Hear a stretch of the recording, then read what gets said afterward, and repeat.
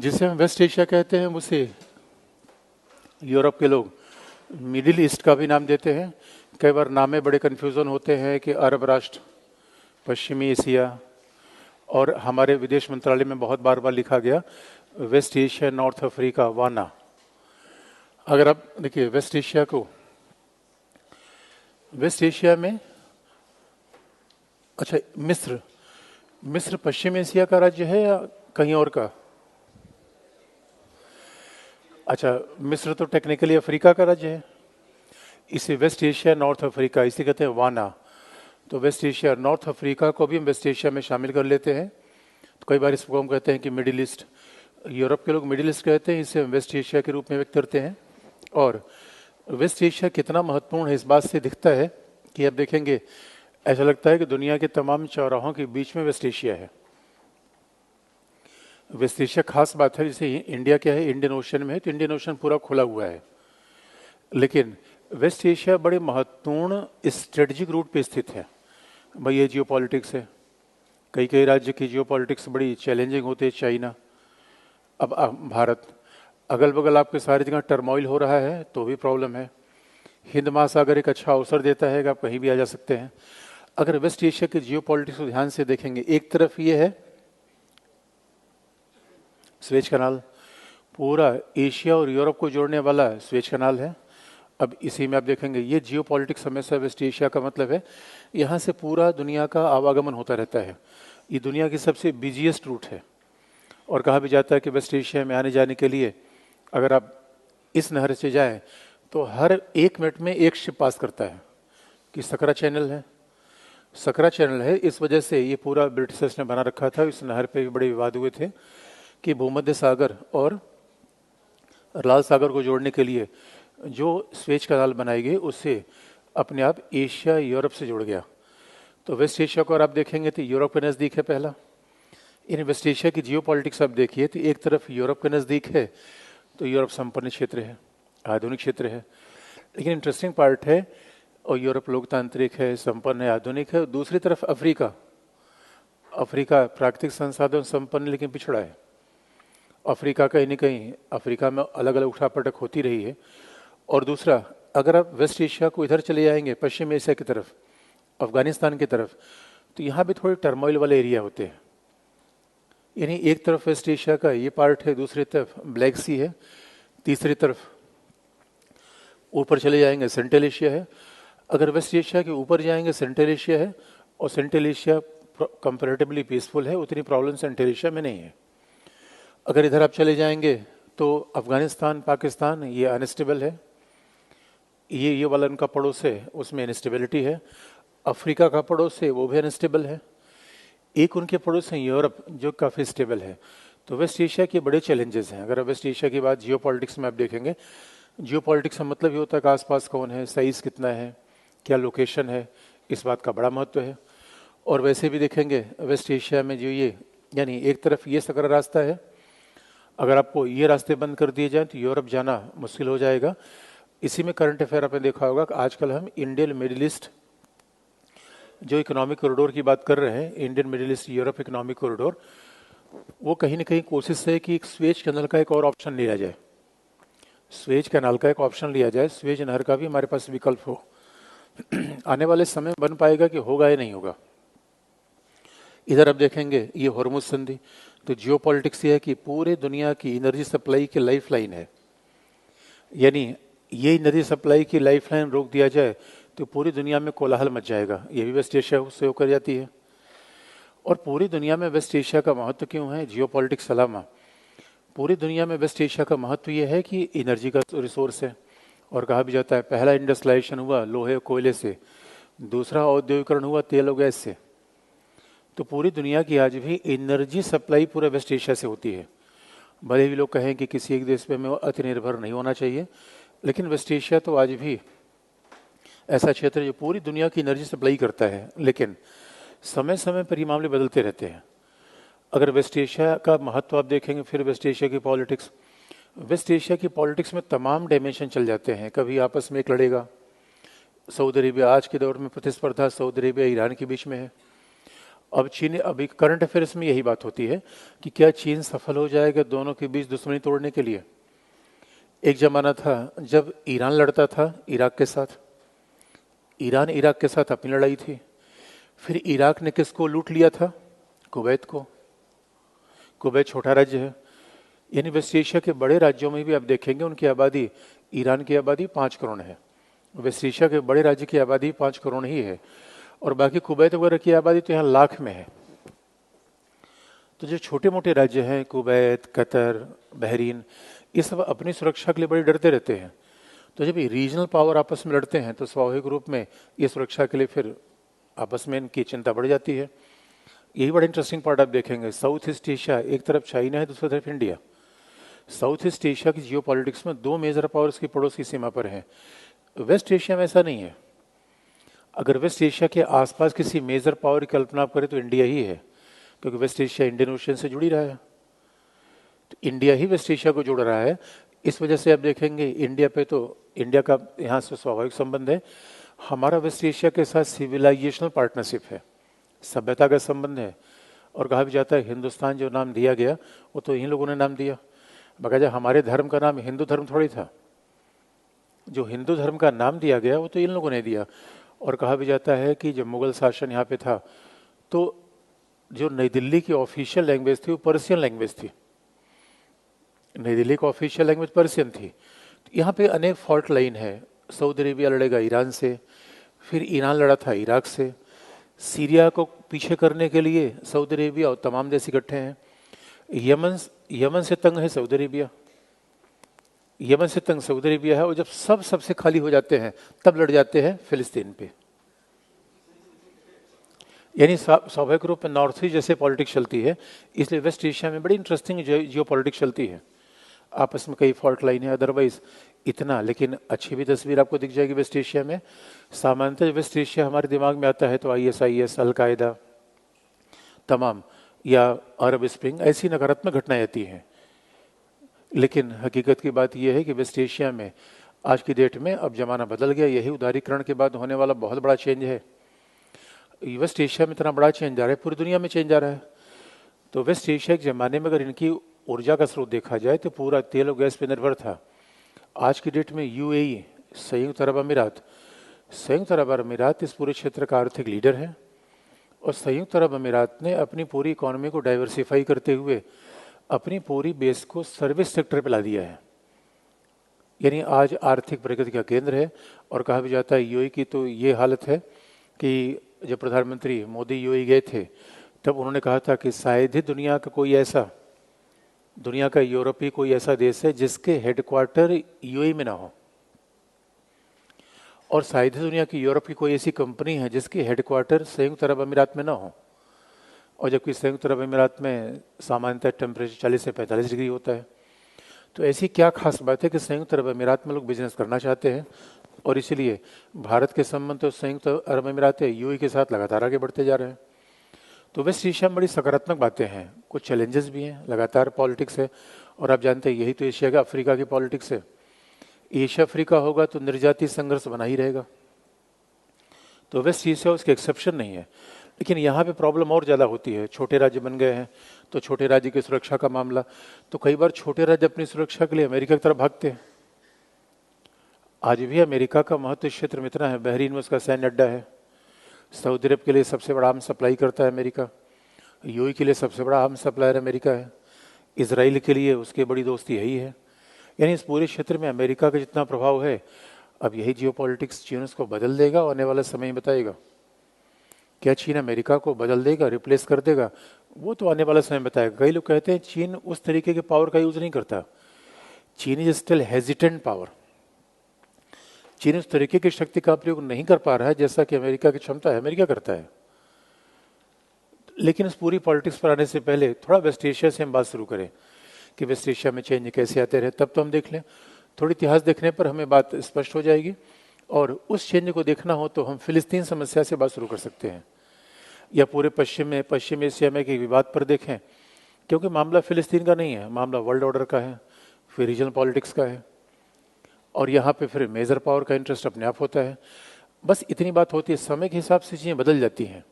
एक समय था कि यहाँ पे अमेरिका, यूरोप इनके सबसे बड़े तेलों के खरीदार थे। आज यूरोप लगातार अपने इकोनॉमी की, अपनी ऊर्जा निर्भरता के लिए रसिया पे उधर चला गया। अमेरिका ने यहाँ से तेल की सप्लाई ही बंद कर दी, तेल की आपूर्ति बंद कर दी। अमेरिका का अपने रिसोर्सेज है। इसलिए आज की डेट में इनके तेल के जो सबसे बड़े खरीदार है उसमें चाइना और इंडिया ही हैं। ये जियो पॉलिटिक्स में चेंज है। एक समय था कि इनके तेलों के सबसे बड़े खरीदार कौन थे? अमेरिका था, यूरोप था। यही चेंज है। तो ये थोड़े थोड़े चेंज होते रहते हैं।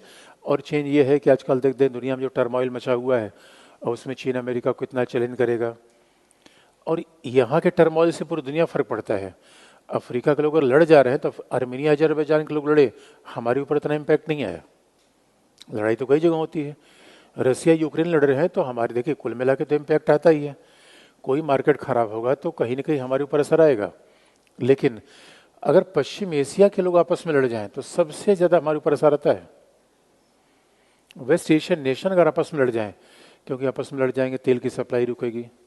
तेल की सप्लाई न रुके तो कम से कम तेल की कीमत बढ़ जाएगी, और तेल की कीमत बढ़ने से हमारे देश की अर्थव्यवस्था हलाकान हो जाएगी। हमारे देश की इकोनॉमी को बस खराब करने के लिए एक ही फैक्टर पर्याप्त है कि बोला तेल की कीमत बढ़ा दीजिए, सरकार हार जाएगी। आप याद रखिए तेल कितनी बड़ी फैक्टर है यहाँ पे। तो हमारे लिए तो बड़ा इंपॉर्टेंट इशू है वेस्ट एशिया। लेकिन वेस्ट एशिया की पूरी कहानी शुरू कहाँ से होती है? तो थोड़ी बात आपको यहाँ से हम शुरू कर दें कि पश्चिम एशिया की शीत युद्ध के दौर में पश्चिम एशिया की पॉलिटिक्स क्या थी, उसमें भारत की पोजीशन क्या थी, और फिर कैसे कैसे धीरे धीरे चीज़ें बदली। तो शीत युद्ध में वेस्ट एशिया में क्या संघर्ष था और भारत का है क्या इंटरेस्ट था, भारत की पॉलिसी कैसी थी। फिर फिलिस्तीन के मुद्दे पर आ जाएंगे। फिलिस्तीन एक सेंट्रल पॉइंट रहा है पूरे वेस्ट एशियाई पॉलिटिक्स का। अगर हम इस बात को देखें कोल्ड वॉर के दौर में किस तरीके से भारत और पश्चिम एशिया के बीच में रिलेशन थे, तो पहले पश्चिम एशिया देख लें। ये बात आप याद रखिए, पश्चिम एशिया में भी एक ज़माना था, साम्राज्यों का ज़माना था। ब्रिटिश का प्रभाव बनाने, ब्रिटिशर्स ने हर जगह प्रभाव बनाया।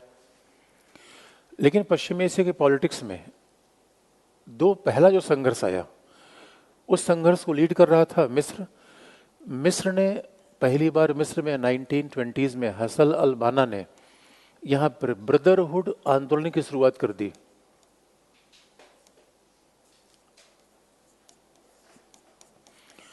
अगर आधुनिक पश्चिम एशिया कहानी देखा जाए तो मिस्र में हसन अल बन्ना के नेतृत्व में ब्रदरहुड मूवमेंट की शुरुआत हुई, और ये ब्रदरहुड मूवमेंट कुल मिला के पैन इस्लामिक मूवमेंट था। आज भी ब्रदरहुड मूवमेंट चलता रहता है, अलग अलग रूप में आता है। ब्रदरहुड मूवमेंट का आधार रखा गया था कि पूरी दुनिया के इस्लामी राज्य एक हो जाए,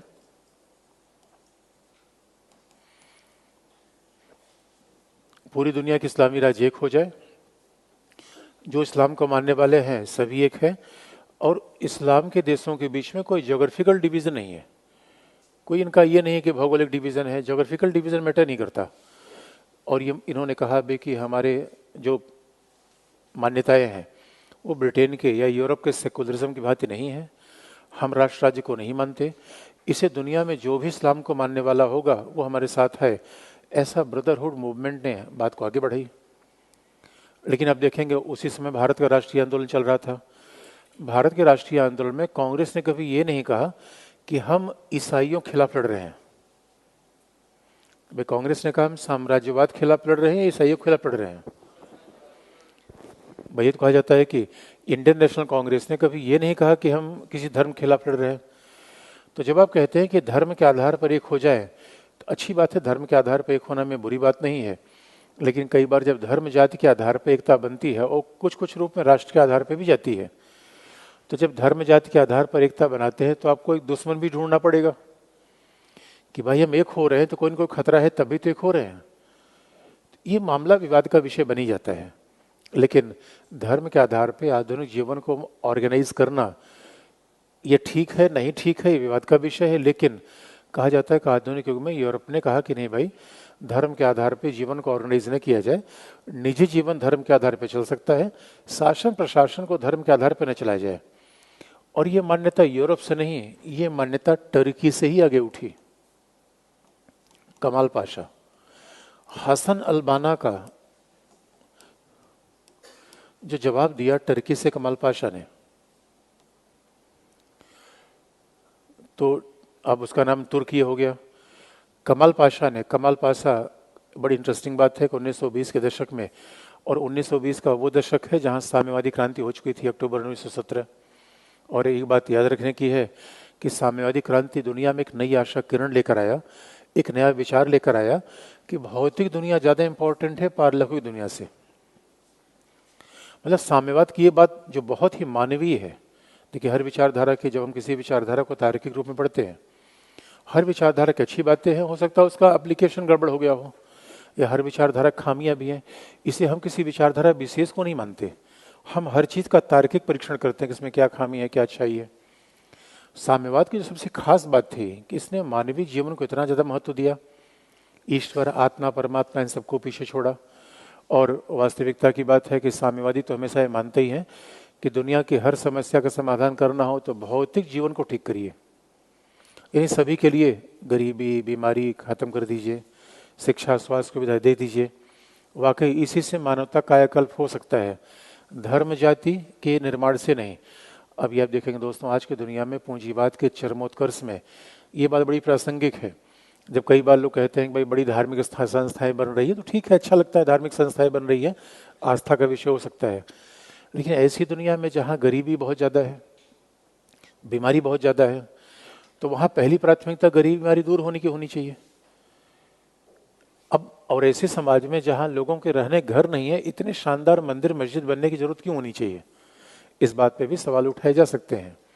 और आदमी की भावनाएं तो ऐसी होती हैं कि हम देखते हैं, गरीब व्यक्ति भी दान देता है धार्मिक कार्यों के लिए, उसके पास रोजी रोटी का इंतजाम नहीं है, क्योंकि उन्हीं दान से वो अपेक्षा करता है भगवान से कुछ और मिल जाएगा, उसकी भी कुछ मन्नतें होती हैं। और मार्क्स ने इसी बात पे आपत्ति की थी। मार्क्स ने कहा था भगवान से कुछ मिलने वाला नहीं है, जो मिलने वाला है इस भौतिक दुनिया से मिलने वाला है। इकोनॉमिक सिस्टम को चेंज कीजिए, व्यवस्था को चेंज कीजिए। तो ये मार्क्स की क्रांतिकारी बातें थी, आमूलकारी बातें थी, जिस पर पूरी दुनिया, जिसका प्रभाव पूरी दुनिया पर पड़ा। तो अब देखेंगे, भारतीय राष्ट्रीय आंदोलन से लेकर कहा भी जाता है, मैक्सी एक स्कॉलर जिन्होंने कहा है कि एक व्यक्ति ने अगर पूरी दुनिया को सबसे ज़्यादा प्रभावित किया, उसका नाम है मार्क्स। पूरी दुनिया को एक व्यक्ति ने, अगर आज के इतिहास में देखा जाए, एक व्यक्ति का नाम लिया जाए जिसने दुनिया को सबसे ज़्यादा आंदोलित कर दिया, आशा बढ़ा दी, क्रांति का फार्मूला दे दिया, वो मार्क्स था। लेकिन समय की बात यह है कि मार्क्स की बातें आगे चलते चलते पूंजीपतियों ने अपने तरीके से तोड़ना मोड़ना शुरू कर दिया, उसका मिसयूज करना शुरू कर दिया। लेकिन कमाल पाशा ने उसी मार्क्सवादी चिंतन का आधार बताते हुए एक तरीके से टर्की में सेकुलर शासन की नींव रखी। तो पूरी दुनिया में समाजवाद का विचार अगर आगे बढ़ा तो मार्क्स उसमें बड़ी प्रेरणा थी। अक्टूबर 1917 क्रांति हो चुकी थी, यही सोवियत संघ आ रहा है और क्रांति का नया विकल्प दे रहा है कि भाई समाज इकोनॉमी के संचालन के भी बड़े मार्मिक तरीके हैं, बड़े प्रभावकारी तरीके हैं। अब ये तो झगड़ा चल ही रहा था कोल्ड वार में, और आप समझ सकते हैं कोल्ड वार में अगर कमाल पाशा समाजवाद की बात करता तो अगर वैश्विक पॉलिटिक्स में ये हमेशा जुड़ गए। इसका मतलब है मिस्र का ब्रदरहुड मूवमेंट एक तरफ आ रहा था, कमाल पाशा समाजवादी शासन दूसरी तरफ लेकर आ रहे थे। लेकिन जब मिस्र ने इस ब्रदरहुड मूवमेंट को आगे बढ़ाया तो स्वाभाविक रूप में सऊदी अरब, अब जो सऊदी अरब, भाई नाम ही है सऊदी अरब, इसका मतलब है जो अरबी भाषा है, तो सऊदी अरब ने आगे चल के बताने का प्रयास किया कि भाई इस्लाम का नेतृत्व तो सऊदी अरब करेगा, ये मिस्र कौन हो सकता है ब्रदरहुड मूवमेंट का? अरे मिस्र कैसे नेता बनेगा? तो यहाँ पे इस्लाम का नेतृत्व कौन करेगा? ये पश्चिम एशिया में लगातार संघर्ष का विषय रहा है। पश्चिम एशिया में नहीं, हमारा पड़ोसी पाकिस्तान कहता है इस्लाम का नेता हम है, मिस्र ने कहा इस्लाम का नेता हम है। तो आप देखिए सऊदी अरबिया इस बात को कैसे अस्वीकार कर देगा? सऊदी अरबिया कहेगा भाई इस्लाम का नेता तो हम है। तो सऊदी अरबिया की तरफ से ये बात बार बार आई कि इस्लाम का नेता सऊदी अरबिया है। इसलिए कहा भी जाता है टर्की की कमाल पाशा के इस सेकुलर शासन की काट रखने के लिए अमेरिका ने सऊदी अरब को तैयार किया, क्योंकि अगर कमाल पाशा टर्की का शासन समाजवाद की तरफ जाएगा तो उसका अंतर्राष्ट्रीय परिणाम होगा, सोवियत संघ के साथ झुकेगा। तो अमेरिका ने यहाँ पर सऊदी अरब को तैयार किया और सऊदी अरब में शुरू से धार्मिक शासन अपनाया गया। इसका मतलब है पश्चिम एशिया में और पूरी दुनिया में पंथ निरपेक्ष शासन, धार्मिक शासन को लेकर एक बहस चल रही थी, जो कि कहीं न कहीं आधुनिक दौर में आई, अंग्रेजों के साथ आई, आधुनिक दौर में आई। कुछ लोगों ने कहा नहीं, उपनिवेशवाद के साथ आई, साम्राज्यवाद के साथ आई।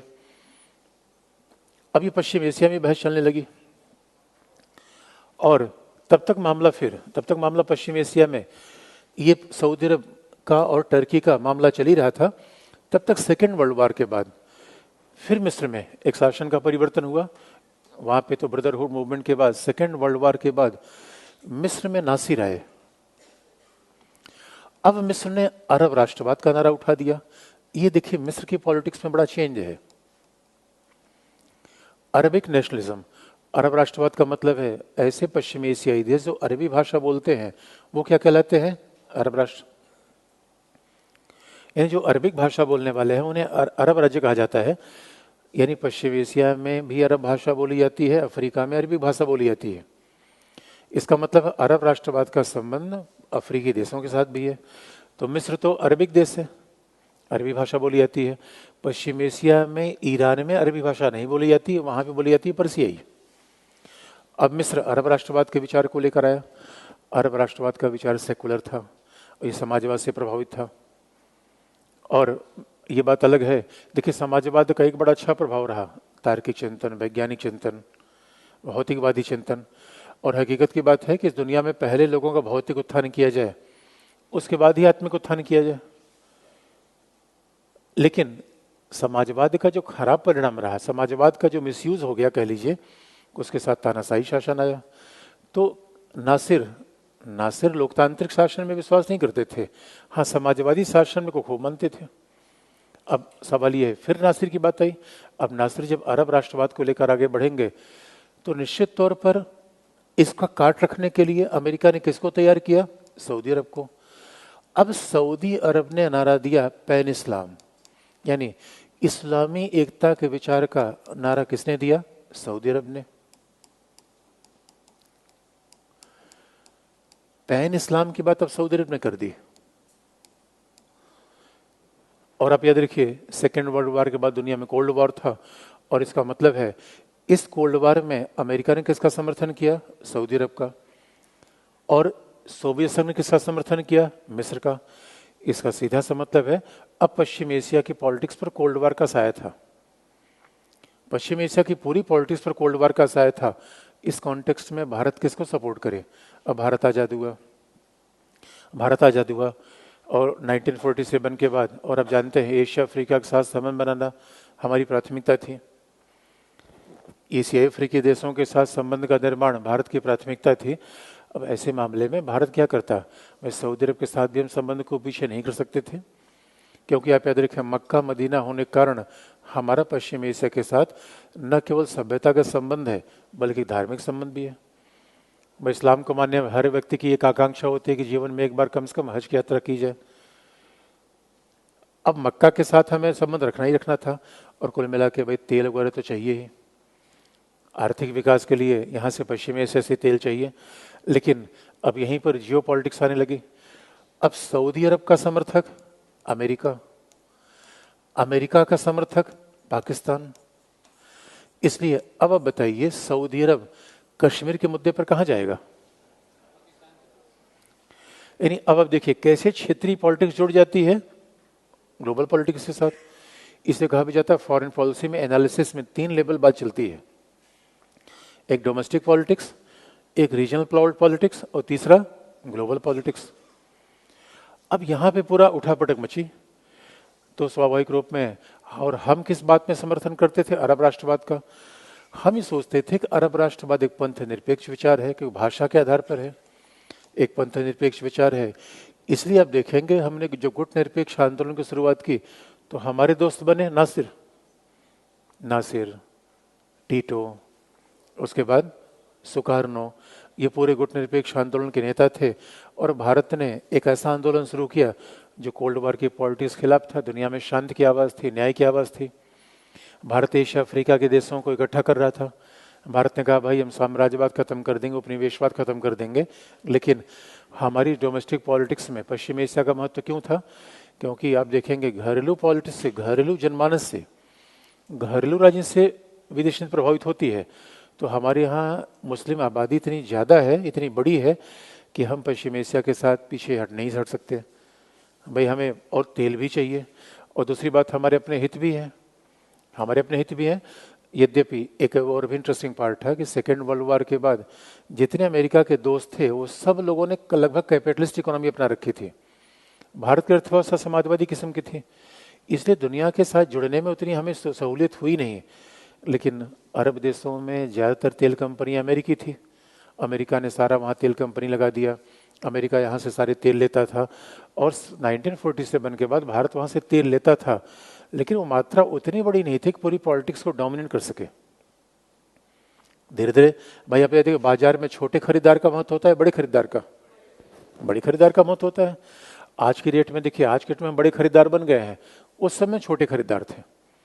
अब यहाँ पॉलिटिक्स की बात आई, और ये दोनों संघर्ष चल ही रहा था, तब तक इसी के साथ एक घटनाक्रम और हुआ जिसने पॉलिटिक्स और इम्पैक्ट किया। तो ये पहला दो संघर्ष चला पश्चिम एशिया में। मिस्र ने कहा कि हम पश्चिम एशिया के नेता, हम पूरे अरब राष्ट्रवाद के नेता, और फिर सऊदी अरब ने कहा ना, अरब राष्ट्रवाद कैसा, इस्लाम की एकता की बात करो। अब इस्लाम की एकता की बात करने में पाकिस्तान का तो भाई बिल्कुल ठीक कहा तुमने। पाकिस्तान कहता है क्या सऊदी अरबिया, तुमने क्या आइडिया निकाला, यही बात तो मैं कहता था दुनिया में।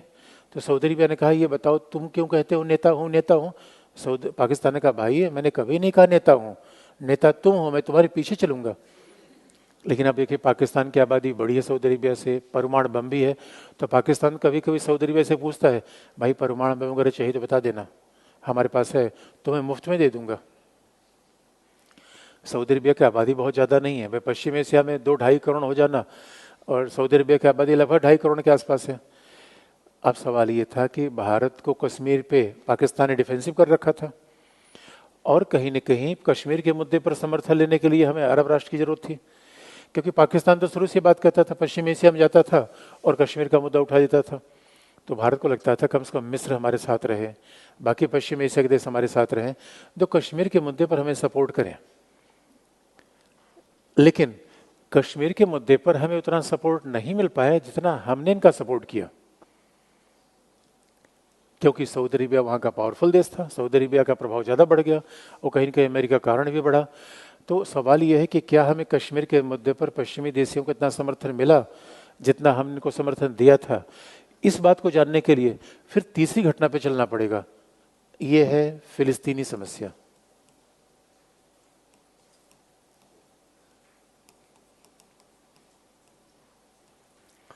फिलिस्तीन का संकट। अब इस बात को और देखेंगे, अगर फिलिस्तीन समस्या पे चलेंगे, फिलिस्तीन संकट पे चलेंगे, तब इसने पूरी पश्चिम एशिया की पॉलिटिक्स में एक नया मोड़ ला दिया। और फिलिस्तीन संकट सिंपल सी बात है कि इजरायली फिलिस्तीन राज्य का विभाजन 2 भाग में हो गया। 1948 में फिलिस्तीन का बंटवारा कर दिया गया, और फिलिस्तीन के बंटवारे में स्वाभाविक रूप में संयुक्त राष्ट्र संघ की भूमिका थी। लेकिन ऐसा कहा जाता है कि कोल्ड वार के दौर में अमेरिका का बड़ा प्रभाव था, और अमेरिका में यहूदी, आज भी आप देखेंगे एलन मस्क कौन है, दुनिया के सबसे टॉप अमीर देशों में आप देखेंगे, और उन अमीर देशों में अमीर लोगों की सूची बनाएंगे तो आपको यहूदियों के नाम याद आ जाएंगे।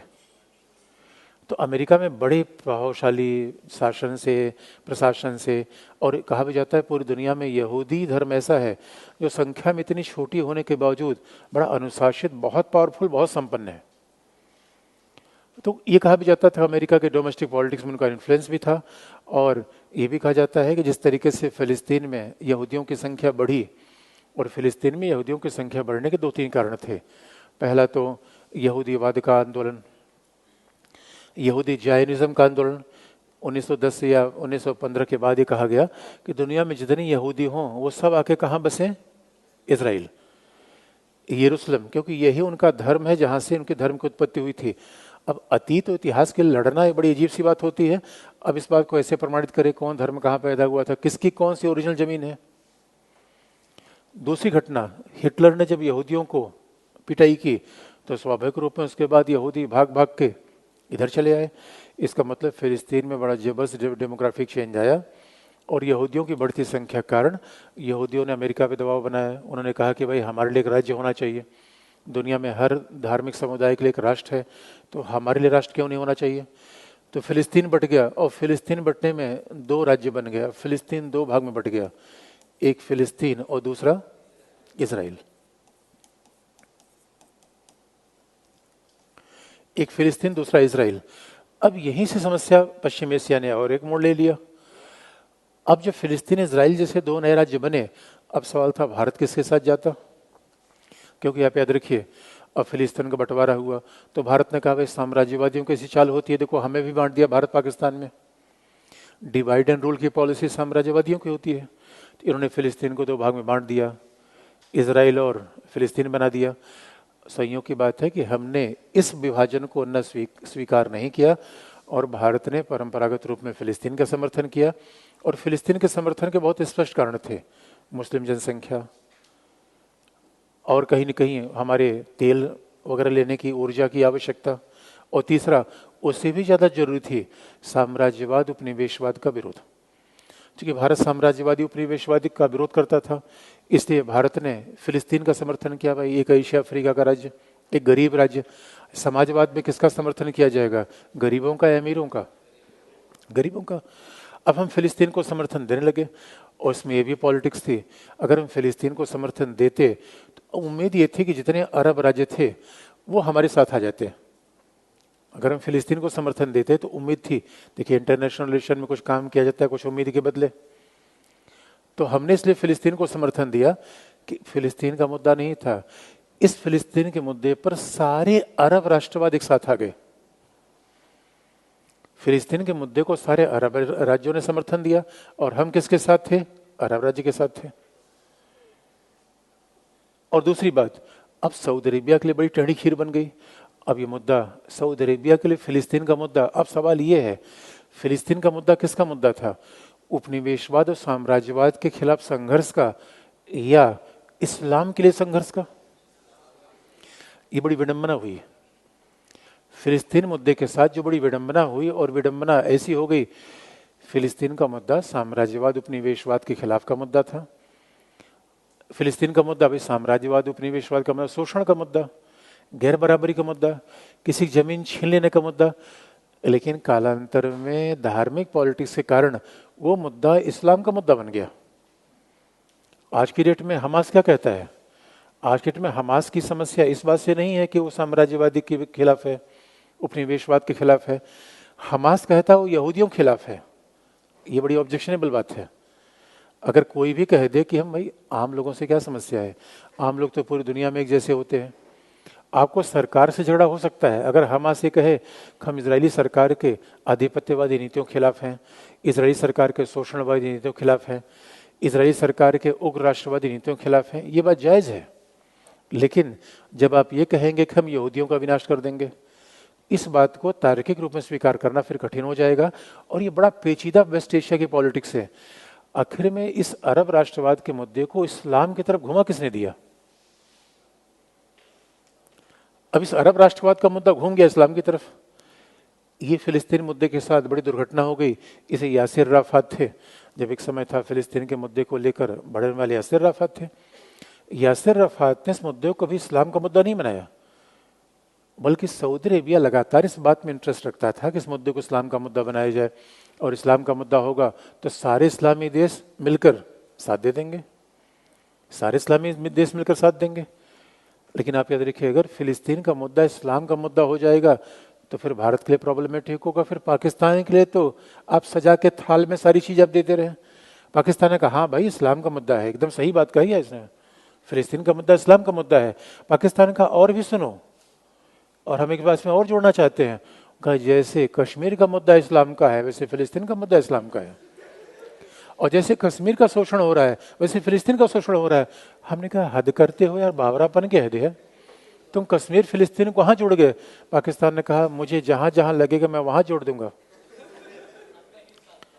भाई पाकिस्तान अगर कश्मीर को पर्यावरण से जोड़ सकता है तो कहीं से जोड़ सकता है वो। अब बंदा बड़ा उठकता चला गया। और इस पूरी पॉलिटिक्स में बच्चों देखो बात सीधी सी है, जब पॉलिटिकल लड़ाई होती है तो उसमें बाकी सब तो बहाने होते हैं। और इस पूरी पॉलिटिक्स में धमा चौकड़ी हो रही थी यूएसए वर्सेस यूएसएसआर की। कमांडर तो ये लोग थे। उसके बाद यूएसएसआर को अच्छा खासा मौका मिल गया। यूएसएसआर ने फिलिस्तीन के नाम पर ये कहना शुरू कर दिया। अब फिलिस्तीन बेचारा आज तक रो रहा है, फिलिस्तीन का आज तक कुछ हो नहीं पाया।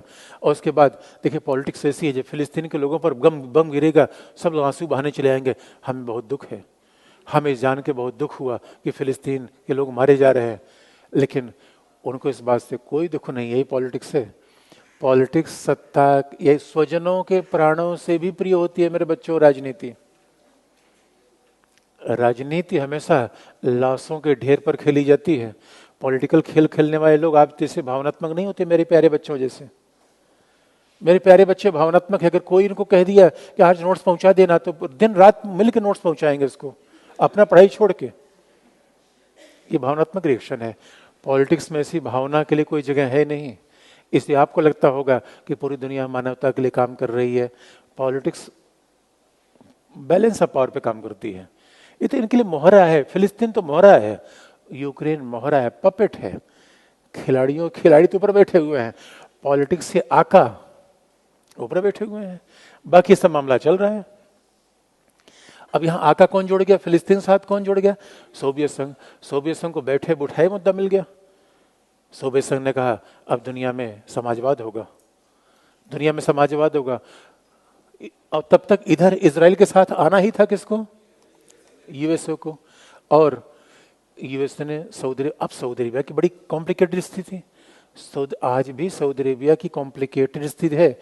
अरे भाई, अगर कोई अमेरिका के साथ होगा वो तो उसको इजराइल के साथ कैसे नहीं होगा? सऊदी अरेबिया सबसे अच्छा दोस्त किसका है? अमेरिका का। अमेरिका सबसे अच्छा दोस्त किसका है? इजराइल का। आज भी फिलिस्तीन के मामले पर सऊदी अरेबिया को निगलते बनता है, शांत हो जाता है। और लेकिन अमेरिका ने सऊदी अरेबिया को समझा दिया, सुनो, अगर तुम इस मुद्दे पर हमारा समर्थन नहीं दोगे तो समझ लो पूरी दुनिया में साम्यवाद आ जाएगा। और साम्यवाद का मतलब जानते हो? सऊदी अरेबिया ने कहा जानते नहीं सर, लेकिन थोड़ा आप बताओ क्या होता है साम्यवाद, हम तो समझते नहीं। अमेरिका ने कहा बस सामान्य भाषा में समझ लो, जो सब धार्मिक शासन वगैरह करके बैठे हो, जो प्रिंस हैं प्रिंसेस हैं, सब एक झटके में खत्म हो जाएंगे। यहाँ गरीबों का शासन होगा। कहा हमारा राजा महाराजा का महल नहीं रहेगा, सब महल खत्म हो जाएगा। ये महल वल नहीं होगा। यहाँ पे आम जनता के यमन से भूखे नंगे लोग हैं, वो सब सऊदी अरेबिया में आके घुस जाएंगे, उधर से मिस्र से घुस जाएंगे। सऊदी अरेबिया ने कहा ना भाई ऐसा तो हम नहीं होने देंगे। बताओ राजा का शासन हटा देगा? फिर ये बताओ मक्का मदीना क्या होगा? अमेरिकन का मक्का मदीना भी खतरे में जा सकता है। अरे समाजवादी किसी को नहीं मानते। सऊदी अरेबिया ने कहा भाई तुम बताओ, तुम जो कहोगे मैं वो करूंगा। तो अमेरिकन का बस हमारे पीछे चलना। अमेरिका ने इसको सेट कर लिया। और उसके बाद सोवियत संघ ने कहा समाजवाद आएगा, और पश्चिमी एशिया के तमाम राज्य उत्साहित हो गए। उन्होंने कहा भाई समाजवाद आएगा। और एक खास बात थी, समाजवाद का तड़का बन गया था तानाशाही के साथ। सद्दाम हुसैन भी समाजवादी थे, तानाशाह थे। लीबिया के शासक गद्दाफी भी समाजवादी थे, तानाशाह थे। जितने पश्चिम एशिया में समाजवाद का दावा करने वाले थे सब तानाशाह थे। और एक बड़ी इंटरेस्टिंग कहानी ये है कि दुनिया में सिद्धांत ये बताया गया था कि भौतिक संपन्नता आने के बाद लोकतंत्र आ जाता है, पश्चिम एशिया में नहीं आ पाया। अब शुरू हुआ फिलिस्तीन का संघर्ष। फिलिस्तीन के संघर्ष ने ऐसा पश्चिम एशिया की पॉलिटिक्स में मडल फैलाया, आज तक शांत नहीं हो रहा है। न फिलिस्तीन समस्या सुलझी, न अफगानिस्तान की समस्या सुलझी। ये समस्या सुलझती क्यों नहीं? सुलझाने ही नहीं देंगे हम। कमाल की बात है। ऐसे 2-4 साल में आपको ऐसे लफड़े होते रहेंगे और आप सोचते हैं करंट अफेयर हो रहा है। ये पता नहीं अफेयर कब से चल रहा है दोस्तों, ये सिलसिला कब से चल रहा है प्यार मोहब्बत का। मैं आपको जरा पीछे ले जाना चाहूंगा। अब मैं आपको पीछे ले जाना चाहूंगा, थोड़े से आपको मैप दिखा दूं।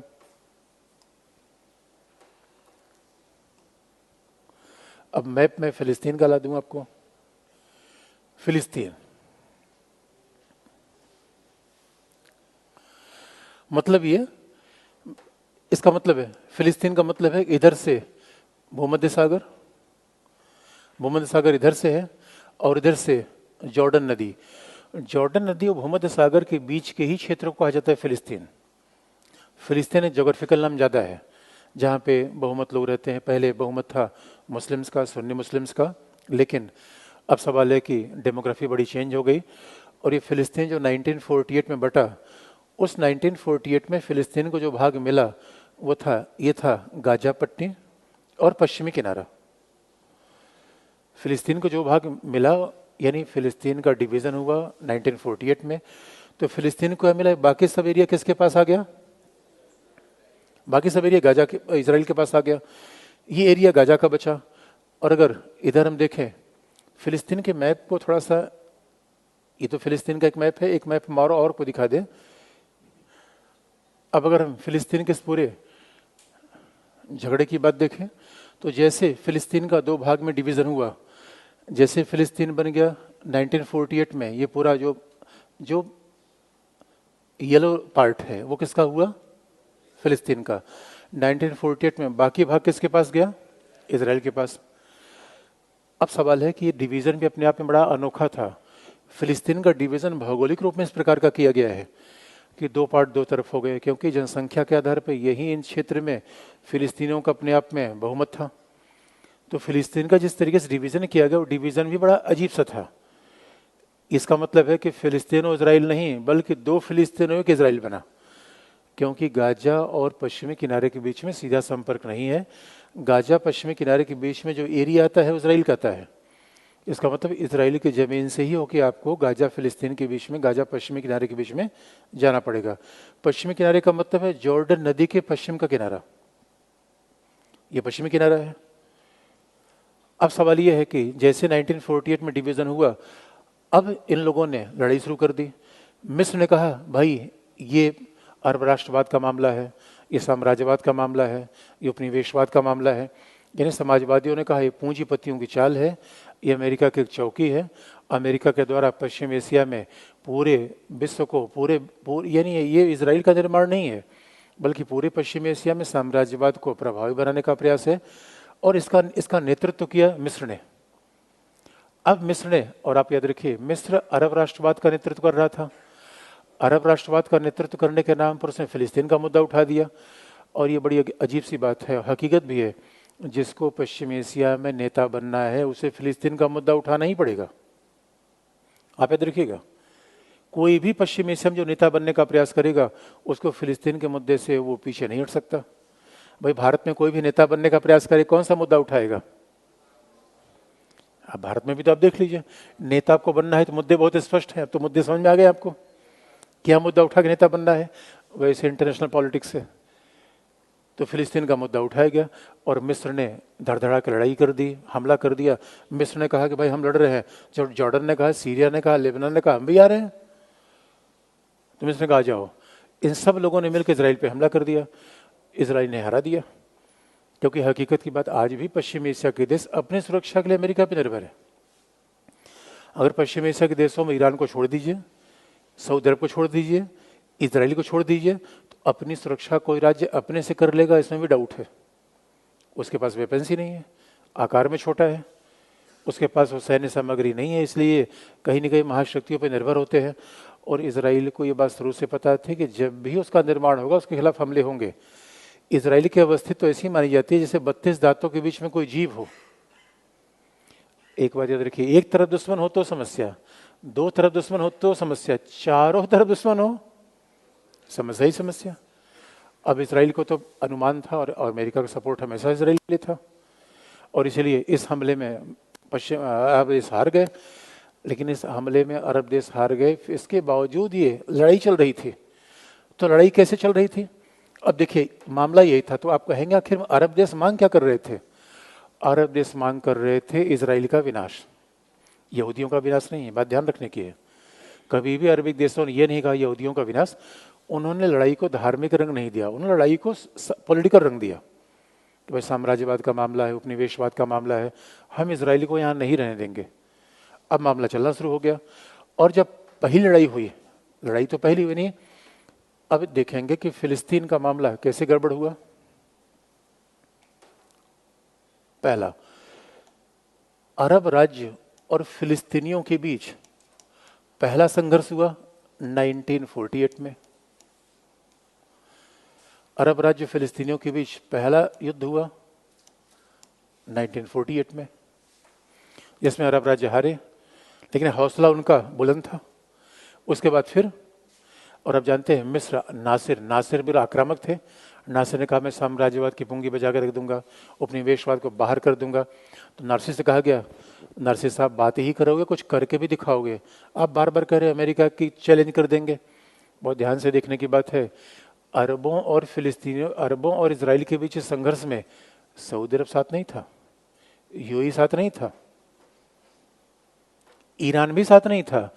क्योंकि हैरानी की बात है कि इस समय ईरान, सऊदी अरेबिया सब अमेरिका के दोस्त थे। अरे बगदाद पैक्ट, कोल्ड वॉर के ज़माने में अगर आप देखें, बगदाद पैक्ट यानी सेंट्रल ट्रीटी ऑर्गेनाइजेशन जो अमेरिका ने बना रखा था, पश्चिम एशिया के ज़्यादातर देश उसके मित्र थे, और वो लोग आवाज़ उठा रहे थे अमेरिका के खिलाफ। अब ये बात इंटरेस्टिंग पार्ट है, कई बार होता है कि हम किसी पावरफुल देश के खिलाफ आवाज़ उठा दें, उसमें हमारा ही नुकसान हो जाए। लेकिन मिस्र ने खूब आवाज़ उठाई, और कुछ तब तक मिस्र ने क्या किया, मिस्र ने कहा भाई अब बात ऐसे नहीं बनेगी, मैं स्वेज नहर का राष्ट्रीयकरण करूंगा 1956। और आप जानते हैं शब्द राष्ट्रीयकरण बड़ा रोचक हो गया। नेशनलाइजेशन का मतलब क्या होता है? राज्य का नियंत्रण ही समाजवाद से जुड़ा हुआ शब्द है। राष्ट्रीयकरण का मतलब है अर्थव्यवस्था पर निजी व्यक्ति का नियंत्रण होना चाहिए, राज्य का। और ये स्वेज नहर बनाई थी ब्रिटिश कंपनी ने, और बाकायदा अंतर्राष्ट्रीय समझौता था। देखिए एक रूल बेस्ड वर्ल्ड ऑर्डर होता है, जब कोई कंपनी कोई बनाती है, कोई समझौता होता है, तो बिना उस समझौते का तोड़ के आप उसको बना लेना। ब्रिटिशर्स ने बनाया था बाकायदा, ये 100 साल 99 ईयर्स की लीज थी इस पर, और इसका मतलब था इस पूरे, भाई बनाने वाला तो ब्रिटेन था, तो जितने भी जहाज़ों के आवागमन थे वो सारे पैसे किसको जाते थे? ब्रिटेन को। मिस्र ने कहा साम्राज्यवाद चला गया, आज भी पैसा वसूल रहा है, जमींदार बन रहा है, आज मैं इसको हटा दूंगा। उसके बाद मिस्र ने जैसे कहा अब स्वेज नहर हमारी है, उसके बाद हुआ क्या, ब्रिटेन, फ्रांस, इजराइल ने मिलकर मिस्र पे हमला कर दिया। और ब्रिटेन, फ्रांस, इजराइल ने मिलकर हमला कर दिया। एक बात आप देखिए, राष्ट्रीयकरण ये समाजवादियों का फार्मूला था। विकासशील देशों का पेट फार्मूला क्या था? उपनिवेशवाद, साम्राज्यवाद का खिलाफत और राष्ट्रीयकरण, इनका पेट फार्मूला था। और जैसे उधर इन तीनों ने मिलकर हमला किया मिस्र पे, मिस्र ने कहा देख रहे हो भाई साम्राज्यवादियों की चाल, गरीब आदमी को रहने नहीं दिया जा रहा है, ऐसे दुनिया में शोषण होगा। सोवियत संघ ने कहा भाई हुआ क्या? उन्होंने कहा हुआ क्या, आपके रहते हुए मालिक, ऐसे में पिटाई हो रही है। सोवियत संघ ने कहा चिंता मत करो मैं अभी आ रहा हूँ। उसके बाद सोवियत संघ अपना जहाजी बड़ा लेके घूमा उधर पश्चिम एशिया में। अमेरिका ने इसराइल को ठांसा। अमेरिका ने क्या समझ रखा है, किसके बूते पे कूदते हो, आऊंगा नहीं मैं। क्योंकि सोवियत संघ का मामला मिस्र और इजराइल से था या सीधा अमेरिका से था?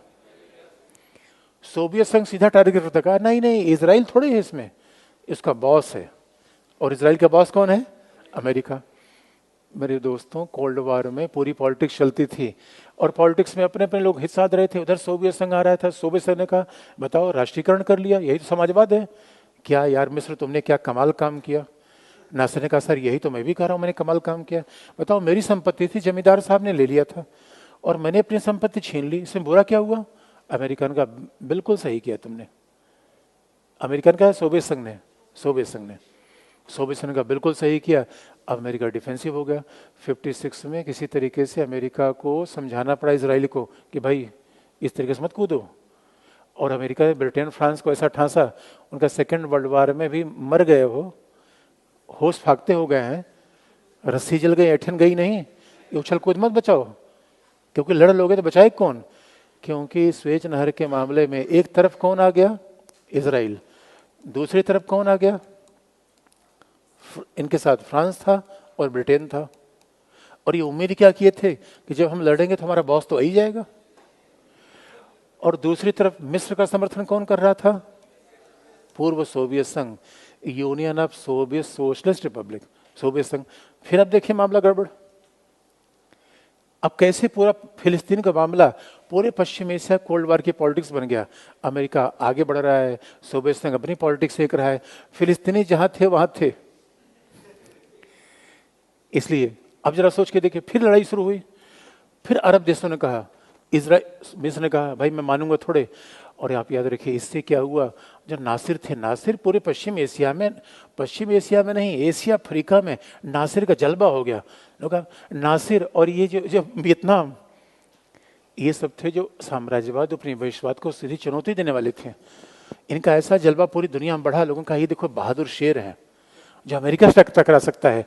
ये बात अलग है, टकराने में परछके उड़ जाते थे, ये बात अलग है। लेकिन एक आदमी याद रखे, वीर आदमी से, बहादुर आदमी से पिटेंगे तो ही तो इज्जत ही होगी। इसलिए मिस्र खूब आगे बढ़ा।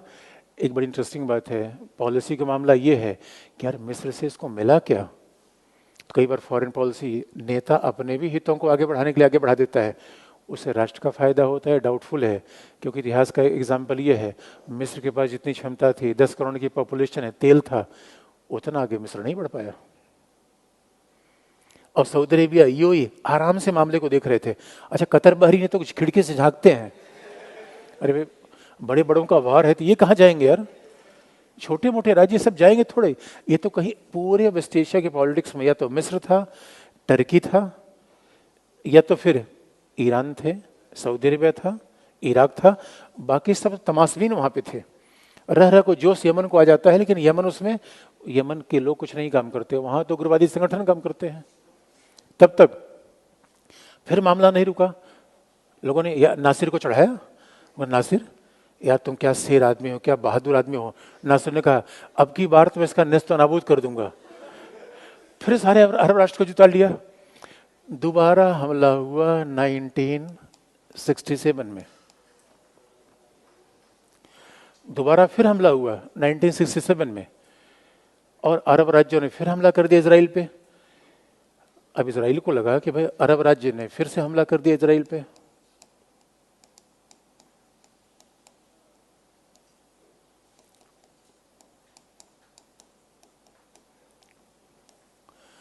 और कहा तो ऐसा जाता है कि इजराइल ने इसी संकट कारण दूर दराज अफ्रीका महाद्वीप के पास जाके समुद्र में चोरी से अपना परमाणु बम का विस्फोट ही कर दिया।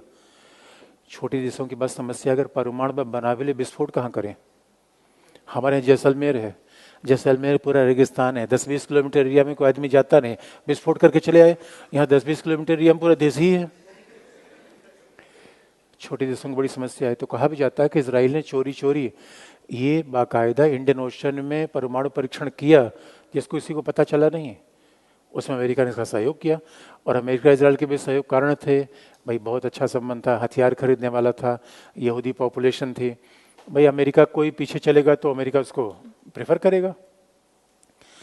अब जब 67 में वॉर हुआ तो अब एक मामला बिगड़ गया। 67 के वॉर में अब इजराइल ने क्या किया, क्योंकि इसमें सीरिया भी था, अब इजराइल ने सीरिया से गोलान पहाड़ियां छीन ली। और उसी संघर्ष में पश्चिमी किनारा और गाजा पर भी, गाजा है पश्चिमी किनारा है, इधर गोलान पहाड़ियां छीनी थी, और इधर सिनाई प्रायद्वीप, मिस्र से सिनाई प्रायद्वीप छीन लिया। 67 में इजराइल का भौतिक अस्तित्व, फिलिस्तीन का भौतिक अस्तित्व खत्म हो गया। 48 में फिलिस्तीन बटा, और 67 में फिलिस्तीन राज्य का निर्माण खत्म हो गया। क्योंकि राज्य का मतलब क्या है, सरकार होनी चाहिए। राज्य का मतलब क्या है, संप्रभुता होनी चाहिए। तो आप कहेंगे नहीं, अभी तो हम पढ़ते हैं पश्चिम एशिया में महमूद अब्बास की सरकार है, पश्चिम एशिया महमूद अब्बास की सरकार है। वो सरकार नगर पालिका का शासन जैसा है, बाकी कुछ नहीं है। याद रखिए, सरकार का मतलब, राज्य का मतलब आप जानते हैं, उसकी सेना होनी चाहिए, संप्रभुता होनी चाहिए। जिसे हम संप्रभुता कहते हैं वो पुलिस और सेना में दिखती है। तो इजराइल के पास, फिलिस्तीन के पास न अपनी पुलिस है न अपनी सेना है। तो फिलिस्तीन की जो सरकार पश्चिम एशिया में आजकल सुनते होंगे न्यूज़ में, वो केवल क्या है, वो ठीक वैसे है जैसे दिल्ली में एमसीडी है, वो कूड़ा उठाती है। एमसीडी काम क्या है, कूड़ा उठाना, कुत्तों को पकड़ना, छिड़काव करना, और यही सब सफाई उफाई करवाना, यही सब बिजली पानी का इंतजाम करना, यही उतना ही सरकार काम है। और सरकार का मतलब होता है पुलिस और सेना हो। तो उसका मतलब 1967 के बाद क्या हुआ, फिलिस्तीन समाप्त। अब ये बड़ा दुर्भाग्यपूर्ण था, एक संप्रभु राज्य ही समाप्त हो गया। पहले बटा, अब फिलिस्तीन समाप्त। फिलिस्तीन राज्य का भौगोलिक अस्तित्व समाप्त हो गया। और भौगोलिक अस्तित्व समाप्त कैसे हुआ, अब भौगोलिक अस्तित्व कैसे खत्म हो गया, क्योंकि पश्चिमी किनारे पर किसका नियंत्रण हो गया? अब पश्चिमी किनारे पर नियंत्रण कर लिया इजराइल ने। गाजा, आप याद रखिए, विभाजन से 3 क्षेत्र फिलिस्तीन को मिला था, पश्चिमी किनारा गाजा और पूर्वी यरूशलेम। पश्चिमी किनारा गाजा और पूर्वी यरूशलेम, ये विभाजन से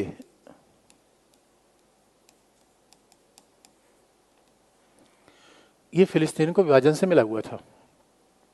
पश्चिमी किनारा मिला हुआ था, गाजा मिला हुआ था, यरूशलेम मिला हुआ था, और ये बिल्कुल मैप में इस तरीके का है।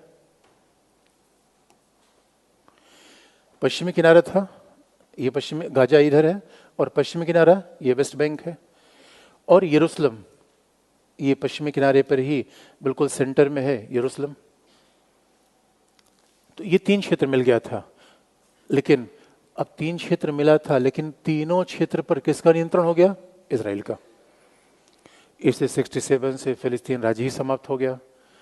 और ये अपने आप में बड़ी दुर्भाग्यपूर्ण बात थी, किसी राज्य को बिल्कुल ख़त्म कर देना, पहले बांट देना फिर ख़त्म कर देना। ये तो ऐसा लगता है कि इजराइल ने आक्रामक नीति अपनाई। उसके बाद क्या हुआ? फिलिस्तीन का पार्ट तो इजराइल ने ले लिया। उसके बाद इस 67 के वॉर में उसने मिस्र से क्या छीन लिया? सिनाई प्रायद्वीप।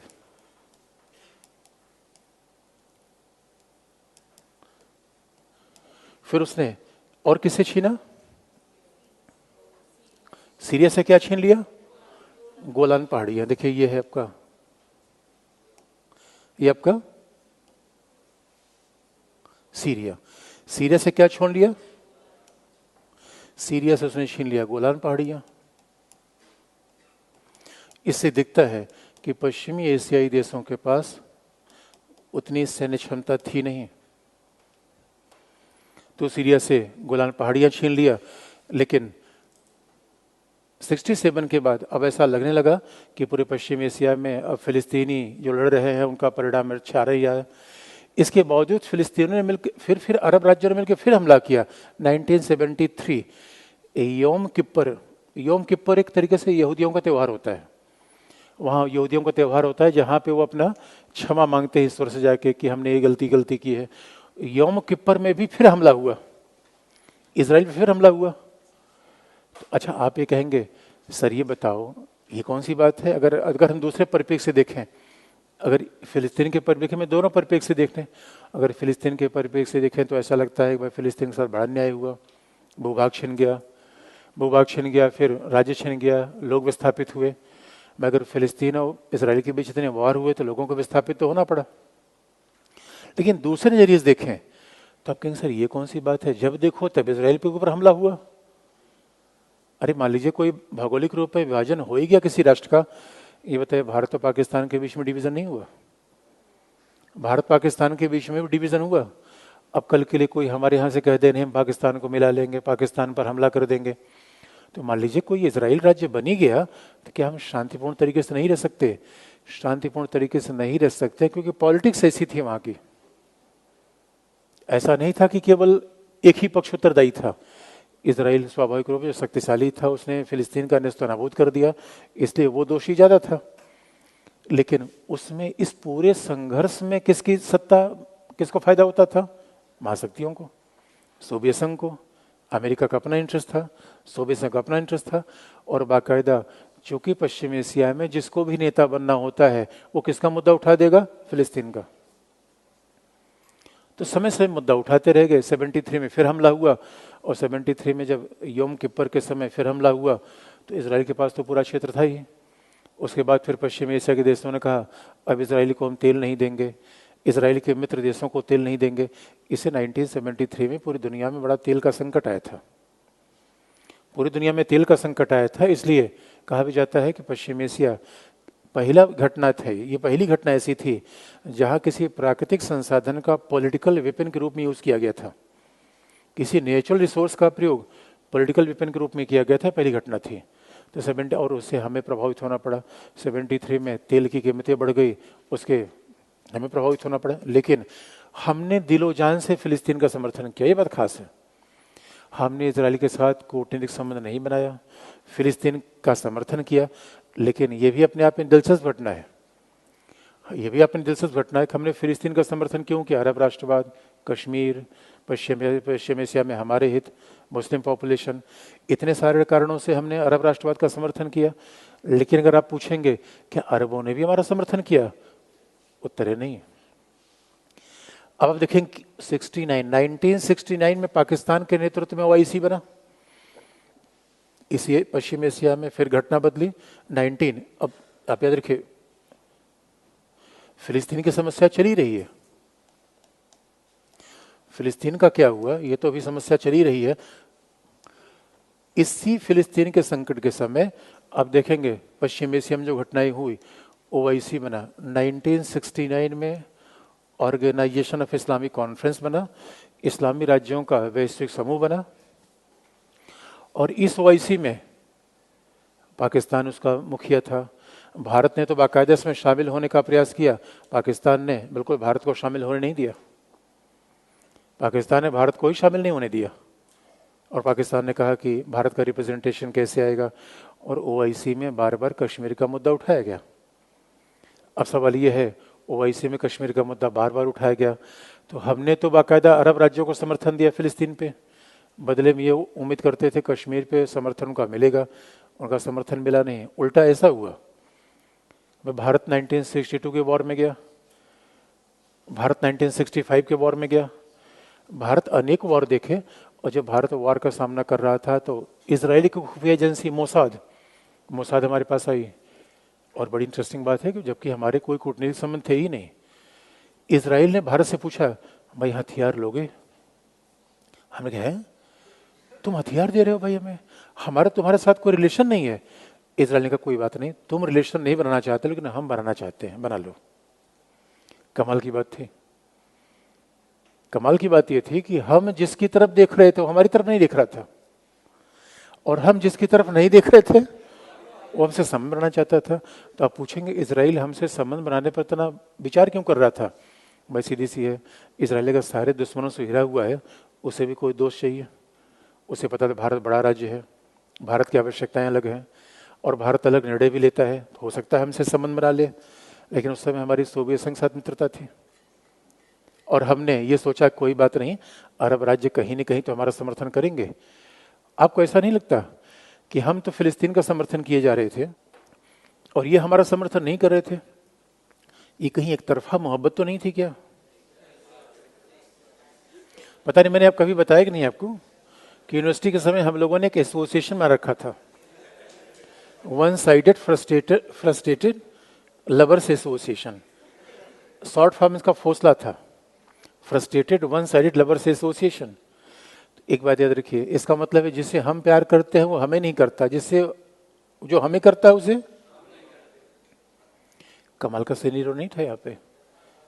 तब तक पॉलिटिक्स बदली। उधर 1973 से पूरा पश्चिम एशिया बेहाल, पूरी दुनिया बेहाल हो रही थी और अमेरिका ने उधर दांव खेला। अमेरिका 1978 में कैंप डेविड वार्ता हुई।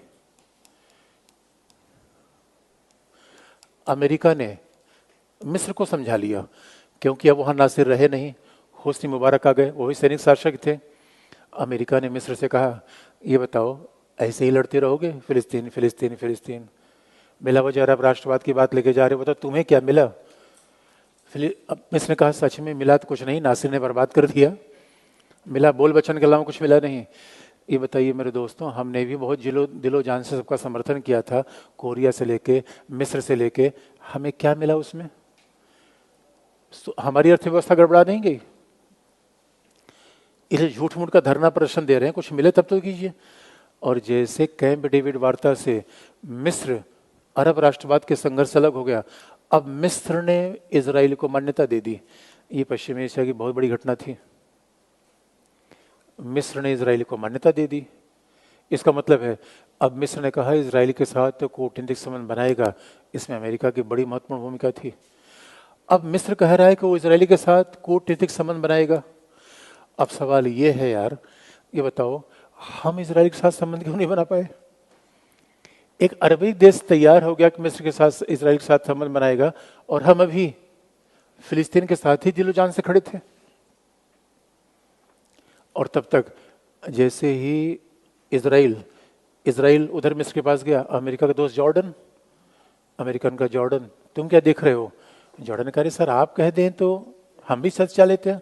और अमेरिका का सुनो मिस्र, मिस्र ने कहा ठीक है इसराइल के साथ हमारा संबंध बन जाकर कुछ मिलेगा? उनका ठीक है, सिनाई प्रायद्वीप में दिलवा दूंगा।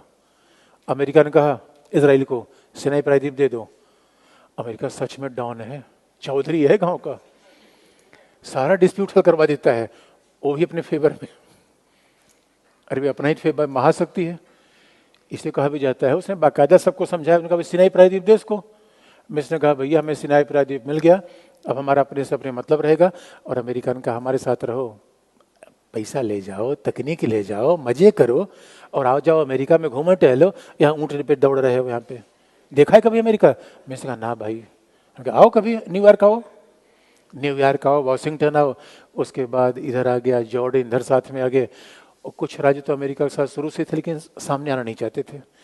कई राज्य तो यहाँ ऐसे छोटे छोटे हैं कि सामने किसी के फेवर में नहीं आना चाहते, क्योंकि उन्हें लगेगा भाई फेवर में क्यों आ जाए, अगला आदमी अपोजिट कर देगा। और पूरी पॉलिटिक्स बदल गई यहाँ की।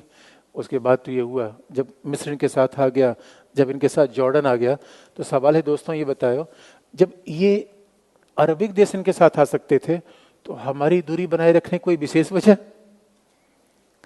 अब ये थोड़ा समस्या भरी थी। इसे कई बार तो फॉरेन पॉलिसी में कहा जाता है, कई बार हमारे फॉरेन हम इतिहास के कई बार कैदी हो जाते हैं। अब कई बार अतीत में घटनाएं हो, इसको छोड़ ही नहीं पा रहे हैं हम। क्यों? हम सोच रहे हैं कि आगे चल के मामला ठीक हो जाएगा। अतीत के आधार पे फॉरेन पॉलिसी तय होनी चाहिए, वर्तमान के आधार पे। तब तक जब मिस्र इधर चला गया तो अब फिलिस्तीन का संघर्ष लेकर कौन आगे बढ़े? अब फिलिस्तीन का संघर्ष लेकर बढ़ने वाले थे यासिर अराफात। अब फिलिस्तीनियों ने कहा भाई हमारा अपना नेता होगा, और यासिर अराफात ने पीएलओ बनाया, फिलिस्तीनी लिबरेशन ऑर्गेनाइजेशन। यासिर अराफात ने बनाया फिलिस्तीनी मुक्ति संगठन। और यासिर अराफात से पूछा गया क्या करोगे? कहा इजराइल का विनाश कर दूंगा, इजराइल को समाप्त कर दूंगा, इजराइल को हटा दूंगा। लेकिन सवाल है कि यासिर अराफात के पास इतना पैसा कहाँ से आता? लेकिन ये कहा जाता है कि इस पूरी घटना के परिणाम स्वरूप कहीं न कहीं उग्रवाद का भी, आतंकवाद का भी जन्म हुआ, क्योंकि फिलिस्तीन से लोग जो भागे पड़े थे, और उसमें भी एक घटना और हो गई। इधर इधर यासिर अराफात इसका नेतृत्व कर रहे थे, और उधर 1979 में ईरान में इस्लामी क्रांति आ गई।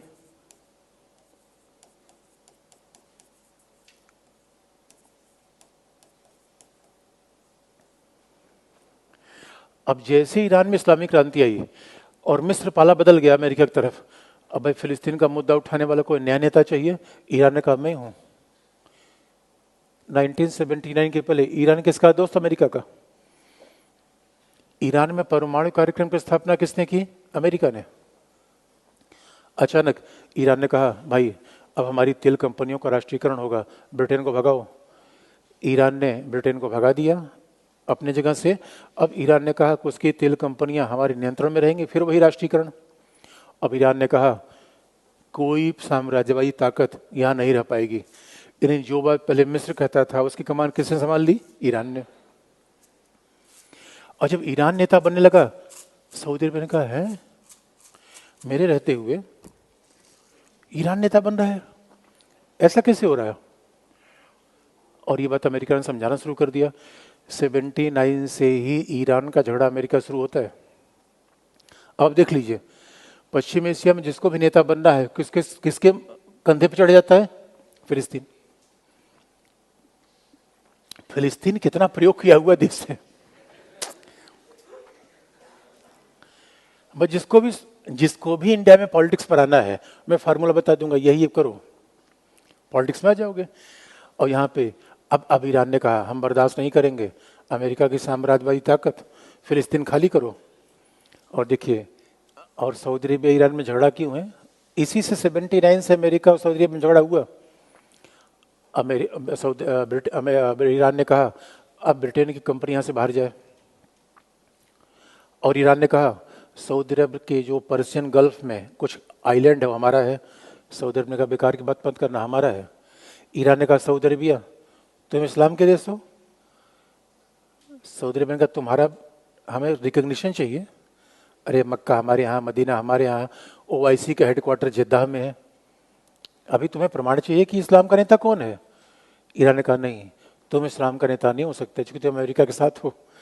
तो सऊदी अरब ने कहा तुम 79 के पहले किसके किसके साथ थे? इसलिए मेरे बच्चों, फिलिस्तीन का मामला इतना आसान नहीं है, और इसको भावनात्मक रूप में केवल धार्मिक रूप में समझना उससे भी बड़ी गलती है। अब जरा सोच के देखिए, वही मिस्र जो अपना दिल पीटता रहता था, हाय फिलिस्तीन हाय फिलिस्तीन हाय फिलिस्तीन, अमेरिका के साथ चला गया। अब फिलिस्तीन क्यों किसको याद आने लगा? ईरान को। अब तब तक फिलिस्तीन ईरान को याद आ रहा था, और उधर बगल में था सद्दाम हुसैन। सद्दाम हुसैन ने कहा है क्यों? क्योंकि याद रखिए, ईरान पश्चिम एशिया में कैसा देश है, बहुमत आबादी शिया है। और ईरान, अच्छा ईरानी हमेशा दावा करते हैं कि हम सबसे सभ्यता वाले, सबसे पुराने। ईरानी हमेशा कोशिश करते हैं कि सऊदी अरबिया से ज़्यादा इंपॉर्टेंट हो जाए वो। सऊदी अरबिया इस बात को मानने को तैयार नहीं होते। इसलिए ईरान ने हमेशा ये बताने का प्रयास किया वो नेता बनेगा, और ईरान ने इस बात को आगे बढ़ाने के लिए कहीं न कहीं धर्म का जबरदस्त सहारा लिया। और ईरान ने कहा देखो, हमारा लोकतंत्र का मॉडल पूरी दुनिया में अच्छा है। ये सऊदी अरब कोई निर्वाचन करवाता है? सऊदी अरब में राष्ट्रपति का शासन है? कहीं नहीं। हमारे यहाँ देखो निर्वाचित है, पूरी इस्लाम की दुनिया के लोग हमारे यहाँ शासन करें। ईरान बहुमत शिया मानने वाला, ईरान की 90% आबादी शिया, सऊदी अरेबिया में सुन्नी पॉपुलेशन। अब ईरान ने सऊदी अरेबिया में शियाओं को भड़काना शुरू किया कि पलटो, ये सऊदी अरेबिया का महाराज है, ये बेकार का शासक है, हमारे शासन को लाओ। अब ईरान ने सऊदी अरेबिया को अंदर से विस्थापित करना शुरू कर दिया, पहला। और ईरान ने दूसरा, ये यमन में हूथी शिया थे, हूथी कह लीजिए, हूथी जो भी कई लोग कहते हैं, ईरान ने हूथी शियाओं को आगे बढ़ाना शुरू कर दिया। ईरान ने कहा तुम लोग यहाँ बैठे हो, तुम्हारा पड़ोसी कौन? कहा सर सऊदी अरेबिया। उनका सऊदी अरेबिया में शासन किसका है? कहा सुन्नी, मार भगाओ, शिया का शासन होना चाहिए। यमन को सुलगाया। और तब तक इराक में शिया सुन्नी की आबादी, और मामला शिया सुन्नी का नहीं, पूरा प्योर पॉलिटिक्स का है, राजनीतिक आकांक्षाओं का मामला है। और तब तक ईरान ने सुलगाया सद्दाम हुसैन को। सद्दाम हुसैन फौजी आदमी था, धर्म के नाम पे शासन नहीं करता था, सेकुलर शासक था, हमारा बड़ा दोस्त था। ये सद्दाम हुसैन खास स्टाइल थी अपने महल में। एक बात याद रखिए, राजा महाराजाओं के जो मजे रहे हैं वो राष्ट्रपति प्रधानमंत्री नहीं हो सकते। राष्ट्रपति प्रधानमंत्री लोग राइट टू इन्फॉर्मेशन मांग लेते हैं, लोग मीडिया लेके पहुंच जाते हैं, और 5 साल छोड़ना पड़ता है। अब यूए में, ये पश्चिम एशिया में जाएंगे, राजा महाराजाओं के टॉयलेट सोने के बने हुए हैं। टॉयलेट जो कार्य की गराज होते हैं वो आप देख लेंगे तो घूम जाएंगे आप। और क्या उनके महल में बाघ, चीता, भालू सब पलते रहते हैं, मगरमच्छ स्विमिंग पूल में टहलता रहता है।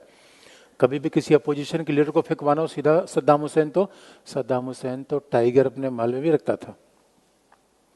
फौजी आदमी, लेकिन धर्म के आधार पर शासन नहीं करता था। कब जब कश्मीर का मामला होता था, हम कहे सद्दाम भाई क्या आइडिया है? उनका कश्मीर तुम्हारा है? मैं कहा थैंक्स लॉट दोस्त, कम से कम तुम तो मानते हो। और एक बात याद रखिए, जो लोग आज ये कहते हैं कि ईरान हमेशा हमारे साथ रहा है, नहीं। ईरान में जब इस्लामिक क्रांति आई, अब पूछेंगे उसका हमारे से क्या रिलेशन है, इतिहास इसी बहाने पूरा हो जाएगा। ईरान ने कहा हम पूरी दुनिया के इस्लामी, भाई जो इस्लाम का नेता बनेगा पूरी दुनिया के इस्लामी लोगों को खैर मकदम का भलाई की बात करेगा। ईरान ने अब कश्मीर बोलना शुरू किया। ईरान ने कहा कश्मीर में बहुत बुरा हो रहा है। हमने ईरान को समझाया कि भाई जितनी तुम्हारी जनसंख्या है उतनी हम 2 साल में अपने यहाँ बढ़ा देते हैं, इसलिए हमारे बारे में प्रवचन न करो तो ज़्यादा अच्छा होगा। हमारे बारे में कुछ जानते नहीं, तुमसे 3 गुनी आबादी हमारे यहाँ है शियाओं की, बाकी छोड़ देना, मुस्लिम की आबादी मत गिनना। और हमारे यहाँ शिया सुन्नी शांति से रहते हैं, लफड़े नहीं करते। और ये भी इंडिया कमाल का एग्जाम्पल है कि झगड़ा राजनीतिक है। झगड़ा भाई धर्म का, एक ही धर्म के लोग कैसे लड़ सकते हैं? धर्म तो बहाना आ गया। अब ईरान ने हमें भी दुखती रख पे हाथ रखा, ये ध्यान रखने की बात है। ईरान से हमने पूछा भाई तुम कश्मीर में क्या मतलब है? पाकिस्तान का बहुत सही गुरु का उसको बोलते रहा करो, वो इसी में जा खूब बोलता था। और हमने सद्दाम हुसैन को तो गद्दाफी को समझाया। हमने कहा देखो भाई ये लोग सब बोल रहे हैं क्योंकि हमारे साथ कोल्ड वार में न सऊदी अरेबिया था न ईरान था, ये सब साथ में नहीं थे, न इजराइल था। कोल्ड वार के समय पश्चिम एशिया में मिस्र भी चला गया छोड़ के, अमेरिका चला गया। फिर हमारे पास पश्चिम एशिया में बचा कौन कोल्ड वार में? इराक, लीबिया, ये सब बचे थे। हाँ, सऊदी अरब से तेल ले लेते थे, तेल तो लेते थे, उससे मन अच्छा नहीं था। सद्दाम हुसैन हमारा समर्थन करते रहे तब तक। अब ईरान की आकांक्षा बढ़ने लगी। ईरान ने सोचा जब तक सद्दाम को न हटाया जाए ये लफड़ा करता रहेगा आदमी। इसे ईरान ने इराक में जो सिया आबादी है लगभग 45%, सुन्नी आबादी, सिया आबादी 45 है, सुन्नी 40 है, ऐसा रेशियो है। अब ईरान ने कहा सद्दाम हुसैन को हटाओ। ईरान ने इराक को भड़काना शुरू कर, सियाओं को भड़काना शुरू कर दिया। सद्दाम हुसैन के बात लग गई कि भाई ये तो डिस्टेबलाइजेशन करना चाहता है। और उसके बाद ईरान इराक लड़े 8 साल। अगला बार किसके बीच में हो गया? ईरान और इराक के बीच लड़ाई हुई 1980 से 1988 तक।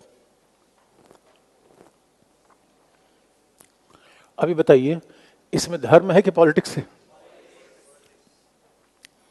ईरान इराक लड़ रहे हैं आपस में, और बात किसकी हो रही है? इस्लामिक ऑर्गेनाइजेशन की। बात पैन इस्लाम की हो रही है, आपस में लड़ रहे हैं। और ईरान इराक 8 साल तक लड़े। अब 8 साल तक लड़े तो कंगाल। 8 साल के लड़ने के बाद, और भारत क्या करता है? भारत इसमें आराम से देख रहा था, भाई क्या करें हम, भाई हमें किसी के साथ तो देना नहीं था यहाँ पे।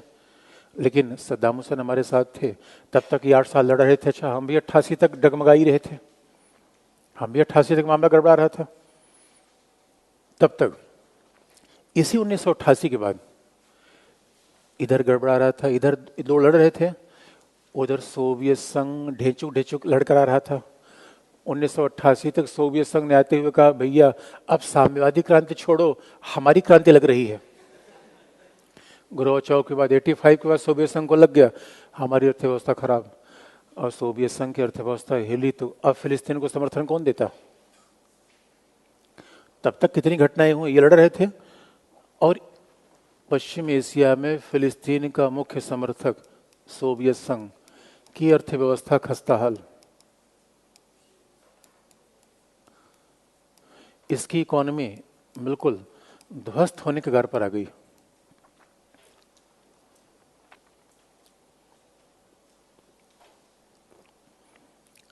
और सोवियत संघ से पूछा गया कि भाई अब फिलिस्तीन के लिए कोई समर्थन? उसने कहा हमारे लिए कोई समर्थन हो तो बताओ, फिलिस्तीन का समर्थन देंगे।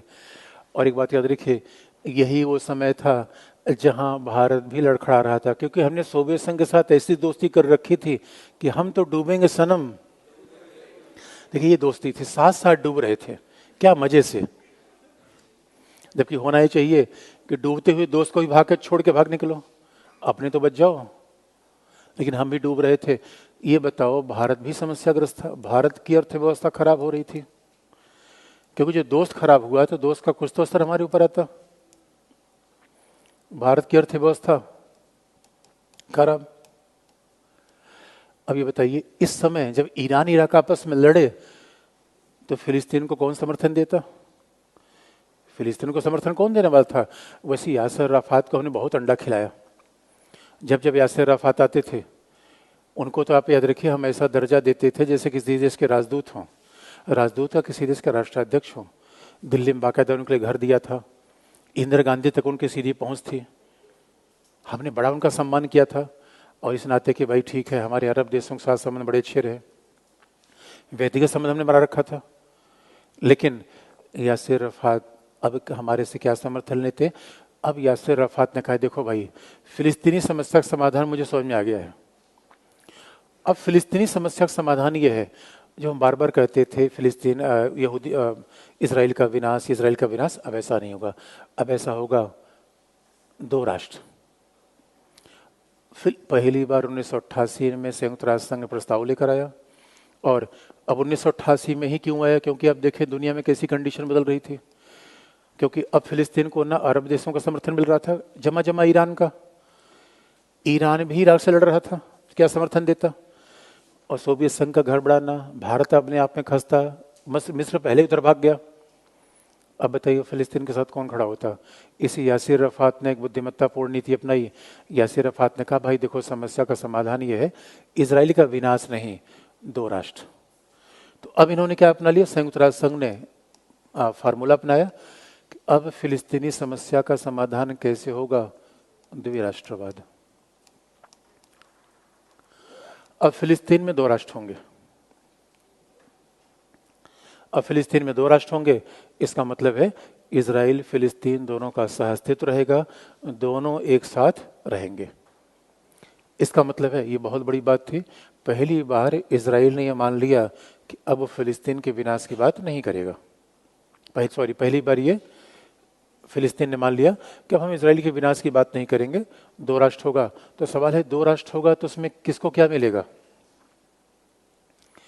1967 के पहले जो भाग फिलिस्तीन के पास था वो फिलिस्तीन को मिलेगा, बाकी किसको मिलेगा? इजराइल। तो दो राष्ट्र में किसको क्या मिलेगा? ये भी तय हो गई बात।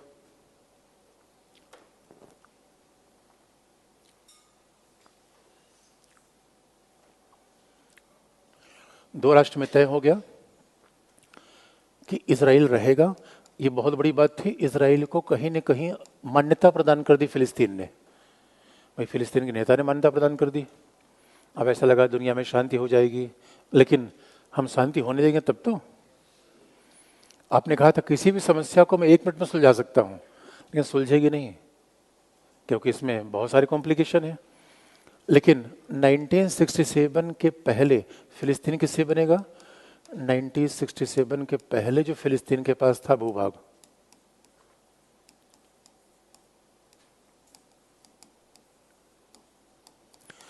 तो 67 के पहले फिलिस्तीन के पास भूभाग था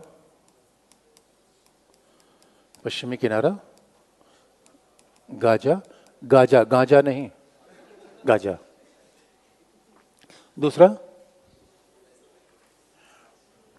पूर्वी यरूशलेम। अब पूरी दुनिया में ऐसा लगा, और ये अमेरिका का प्रयास था, पूरी दुनिया में ऐसा लगा शांति हो जाएगी, मामला भी बिल्कुल ठीक हो जाएगा। लेकिन आप याद रखिए, इस अभी समझौता तो हो गया, लेकिन इसकी इम्प्लीमेंटेशन में प्रॉब्लम ही बाकी थी। इसकी इम्प्लीमेंटेशन प्रॉब्लम क्या होती, तब तक एक और भी कहानी आपको बता दें। और एक कहानी कैसे हुई? Iran Iraq. ये ईरान इराक तो लफड़ा हुआ ही था, उसके बाद दूसरी कहानी आ गई।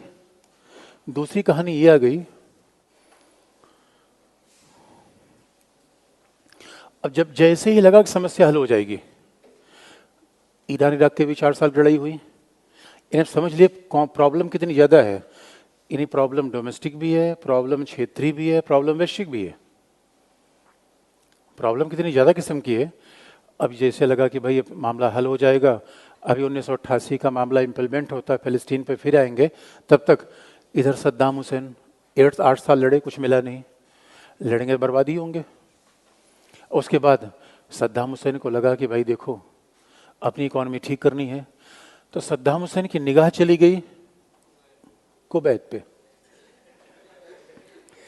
कुवैत छोटा देश है, पश्चिमी एशिया में छोटे देश हैं, और ये तेल खूब उत्पादन करते, खूब बेचते भी हैं, क्योंकि इंटरनल कंजम्पशन है ही नहीं है। भाई पश्चिम एशिया में एक तेल का कुआं के मालिक हो जाना, आप समझ लो इंडस्ट्री के मालिक होने जैसा है। जैसे कई देश हैं, ईरान है, सऊदी अरेबिया, अब इनकी जनसंख्या ज़्यादा है, मिस्र है, तो तेल जितना उत्पादन होता है उसमें बहुत ज़्यादा डोमेस्टिक कंजम्पशन हो जाता है। कुवैत के पास ऐसा है नहीं, जितना उत्पादन करता है धनाधन बेचता है। अब सद्दाम हुसैन की बुरी निगाह पड़ गई, और सद्दाम हुसैन शायद इस बात को नहीं जानते थे, इंटरनेशनल रिलेशन की बेसिक बात को भूल गए। वो पाँव उतना फैलाना चाहिए जितनी लंबी चादर हो, हितों का विस्तार उतना करिए जितनी आपकी क्षमता हो, नहीं पता लगे हितों के विस्तार में बर्बादी का रास्ता लिख जाएगा। सद्दाम हुसैन ने कुवैत को बुलाया। सद्दाम हुसैन कुवैत, सुन, हमें पता चला है कि तुम पहले हमारे 19वें प्रांत थे। कुवैत ने कहा, सर क्या बात कर रहे हो, ये क्या बात कर रहे हो, अरे हम स्वतंत्र राज्य हैं। सद्दाम हुसैन ने कहा, नहीं, हमें इतिहास के अनुसंधान से पता चला है ऐसा, और तुमसे रिक्वेस्ट है कि तुम्हारे अंदर आ जाओ, भले आदमी हो, और हमें बड़े राज्य हैं, और जानते हो हमारा शासन ठीक ठाक ही है, तुम भी मजे करोगे, हम भी। अब अलग अलग रह के क्या करोगे, तुम ऐसे हमारे पास तो। अब कुवैत डर गया, इसीलिए जितने भी छोटे राज्य हैं वो सब यहाँ डरते हैं। आपको मैं याद, ईरान की आकांक्षाएं जैसे जैसी बढ़ती हैं, ईरान से समस्या पहले छोटे राज्यों को है, इजराइल को बाद में है।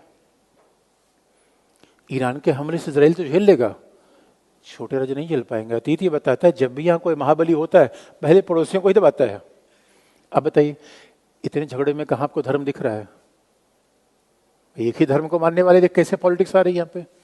और तब तक सद्दाम हुसैन ने देखा, अब झगड़ा करने का माने कोई बहाना चाहिए। तब तक सद्दाम हुसैन ने फोन किया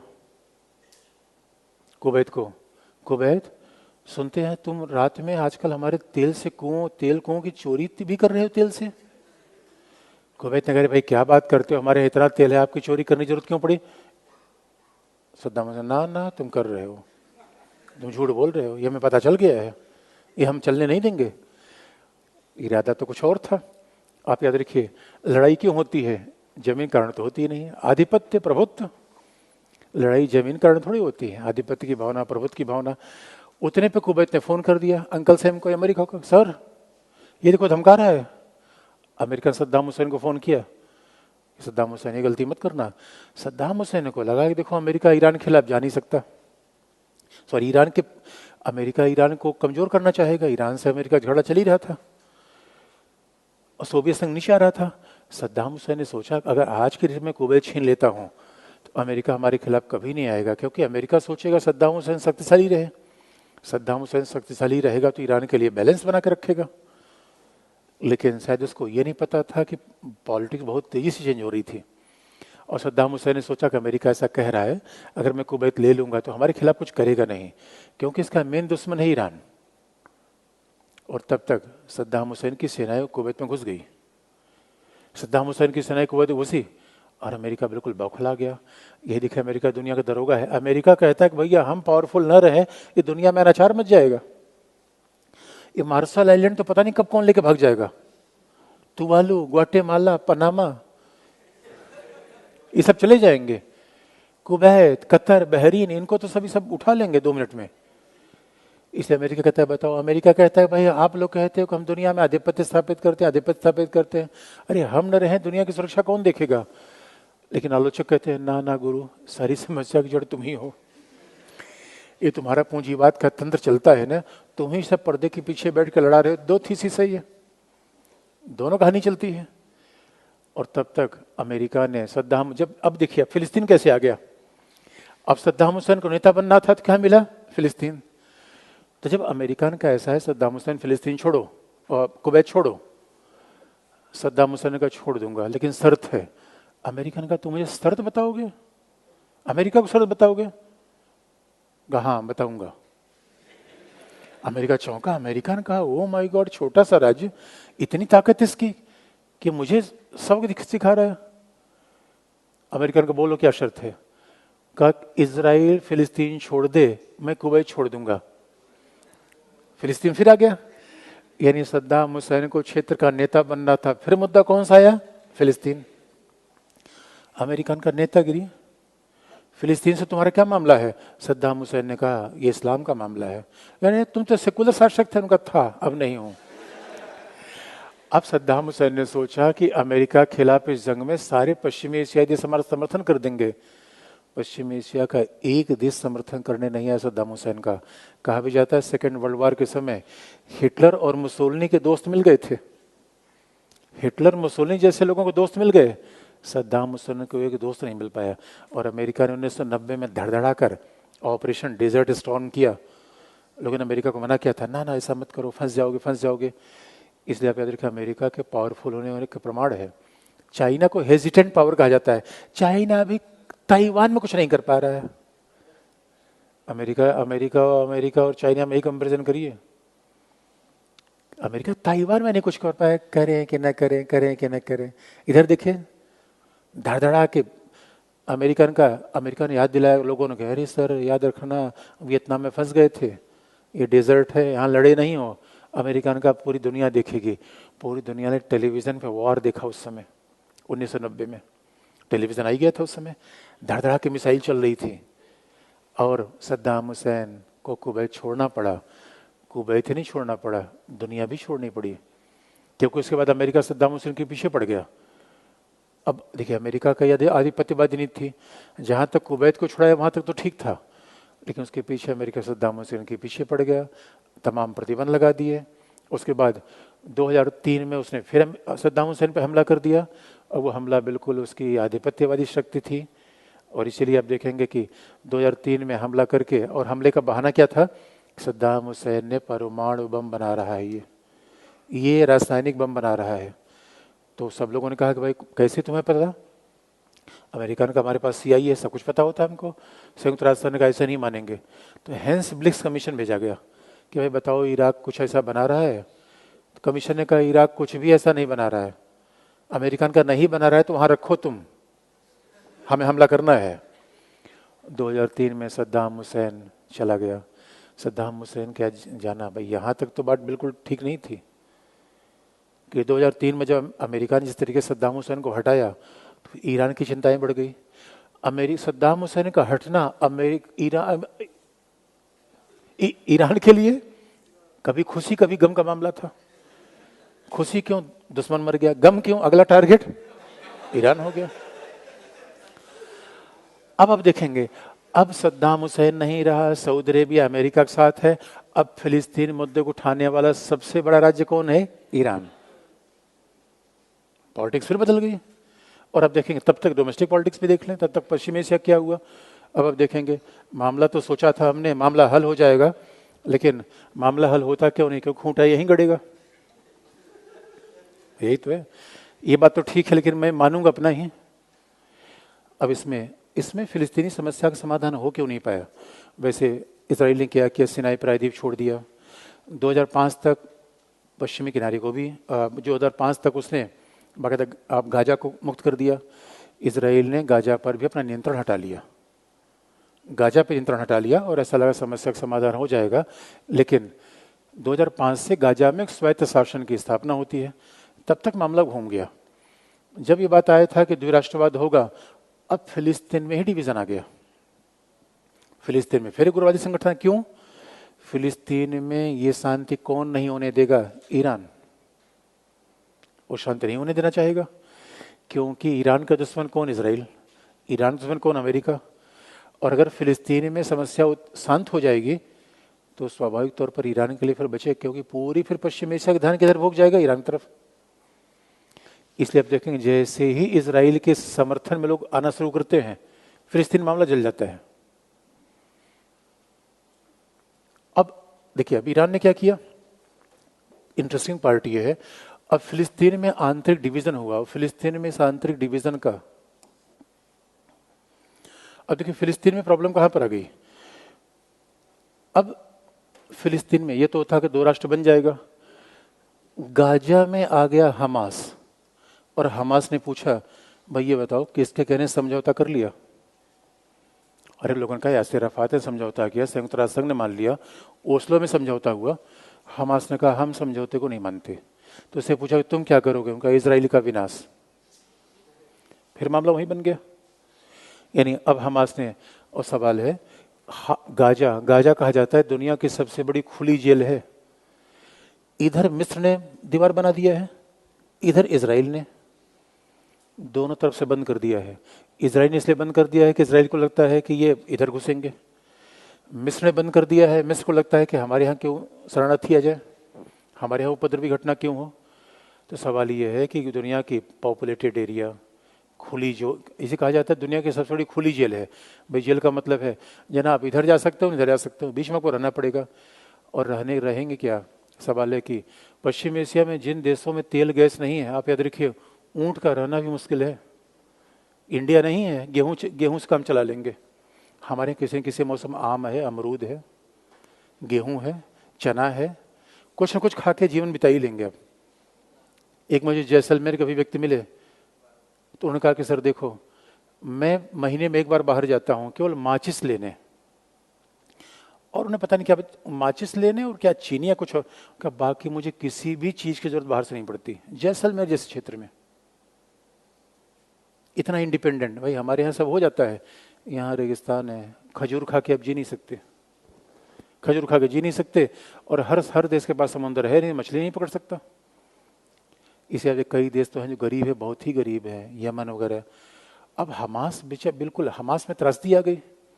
पूरे गाजा में जरा सोच के देखिएगा, ऐसी जनसंख्या रह रही है जिसके पास खाने के लिए कोई साधन नहीं है, जीने के लिए कोई साधन नहीं है। अब इनको पैसा कहाँ से आता है? देश फंड करते हैं, भारत भी सहायता देता है उसमें, यूरोपियन यूनियन सहायता देता है, ये पश्चिमी एशियाई देश सहायता देते हैं, तमाम मानवीय आधार पर सहायता देते हैं। लेकिन सवाल है, अगर हमास के लोग इतने खराब स्थिति में हैं, गाजा में रहने वाले लोग इतने खराब स्थिति में हैं, तो वो लड़ कैसे सकते हैं? क्योंकि गाजा के लोग नहीं लड़ रहे हैं, लड़ने वाले तो कहीं और के हैं। अब याद रखिए, इसमें हमास को पूरी ट्रेनिंग दे रहा है ईरान, उसके साथ जुड़ रहा है हिजबुल्लाह। हिजबुल्लाह कहाँ का है? लेबनान। लेबनान से हिजबुल्लाह, इधर से हमास। अब स्वाभाविक तौर पर बाकी तमाम संगठन पश्चिम एशिया में ही है। यानी कुल मिला के ईरान जैसे देशों के द्वारा हमास को बार बार फंडिंग दी जाती है कि वो हमास फंडिंग करेगा तो इसराइल के खिलाफ हमला करेगा। ईरान का दुश्मन कौन है? इसराइल। अमेरिका का दुश्मन कौन है? इसराइल। इसलिए अब देखेंगे अमेरिका भी चाहता था सीरिया हट जाए। इस समय पश्चिम एशिया में ईरान का जो समर्थक है सीरिया है। बाकी देश ईरान के समर्थक है, इस बात में डाउट है। सऊदी अरेबिया ईरान मिल जाएंगे, चीन अभी प्रयास कर रहा है, ये मिल जाएंगे, बहुत बड़ी घटना होगी। लेकिन मामले बड़ी पेचीदगी वाले हैं, इसलिए बाकायदा अब हमास को समर्थन। अदरवाइज अब देखेंगे जब इसराइल का अगर गाजा में हमला होगा तो भीषण त्रासदी हो रही है मानवता की। भीषण त्रासदी क्यों हो रही है? आप याद रखिए, जो आतंकवादी घटनाओं में शामिल होते हैं, घटना करके हमेशा भाग जाते हैं। आप याद रखिए, आप पॉलिटी पढ़ के हमेशा समझ लीजिएगा, जब भी कोई लफड़ा हो तो वहाँ तमाशबीन मत देखिएगा। लफड़ा करने वाले एक्सपर्ट होते हैं, उनको पता है लफड़ा करके हम यहाँ से भाग जाएंगे, उसके बाद हमारे जैसे लोग जाएंगे यहाँ क्या हो रहा है। उसके बाद पुलिस लठ बाजती है, तो लठ में कौन मारा जाता है? जितने भी आतंकवादी किस्म के लोग हैं। इसलिए हिजबुल्लाह, हमास, तमाम संगठन मिलकर यहाँ पे आतंकवादी गतिविधियों में शामिल होते हैं। यही हर 3 साल के बाद ही करते हैं, कोई घटना नहीं है। हर 3 साल के बाद ही क्या करेंगे कि ये 2-4 रॉकेट इधर मारेंगे। इस बार तो हमला ज़्यादा ही कर दिया, और ये भी त्यौहार यम कुप्पर का ही त्यौहार था, सब जश्न मना रहे थे, और अचानक पूरा इतने सिस्टमेटिक तरीके से हमला कर देना, ये गाजा के लोगों का काम थोड़े है। गाजा के लोगों की भनक भी नहीं है, ये तो पूरा हमला हमास का था। एक इतनी ऑर्गेनाइज तरीके से किसी पर हमला करना, हाईजैकिंग कर लेना, और बाकायदा कहा तो गया कि यूरोपियन यूनियन को सहायता दी थी पीने के पानी की सप्लाई बनाने के लिए स्टील की, उस पीने के पानी की सप्लाई कर उन्होंने रॉकेट बना लिया। अब ये बताइए, अगर इनको कोई सहायता नहीं देगा तो मानवता की बड़ी लोग विस्थापित हो रहे हैं। अब यहाँ से जाएं कहाँ? इधर मिस्र अपने पास नहीं आने दे रहा है, बाकी समुद्र में कूद नहीं सकते। और दूसरी समस्या, आप कहेंगे कि नहीं गाजा की यही हट, क्या यही जिम्मेदार है पूरी समस्या के लिए? नहीं, इसराइल में भी उग्र राष्ट्रवादी चिंतन ये भी जिम्मेदार है। तो इसराइल ने क्या किया? इसराइल ने जब ये बात हो गया कि द्विराष्ट्रवाद बन जाएगा, इन पहली समस्या क्या आ गई? फिलिस्तीन में ही डिवीज़न है। पश्चिमी किनारे से पूछा गया कि भाई आपको क्या चाहिए, तो पश्चिमी किनारे ने कहा अरे भाई द्विराष्ट्रवाद।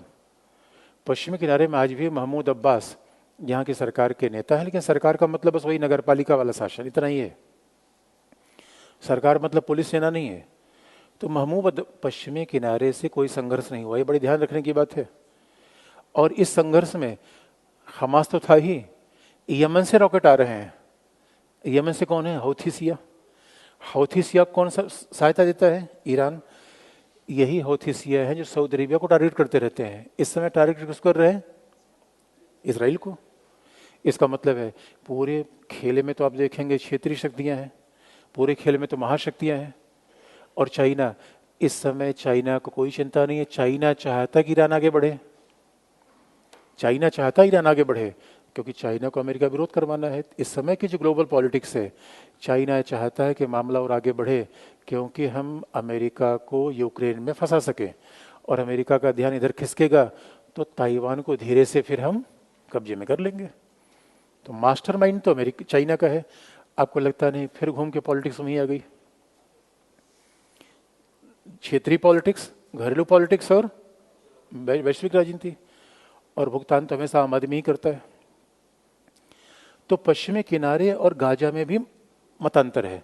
पश्चिमी किनारे के लोग कहते हैं हाँ भाई द्विराष्ट्रवाद का सिद्धांत बिल्कुल ठीक है, गाजा के लोग कह रहे हैं ना बिल्कुल हमें नहीं मंजूर है, हम मानेंगे ही नहीं इस बात को।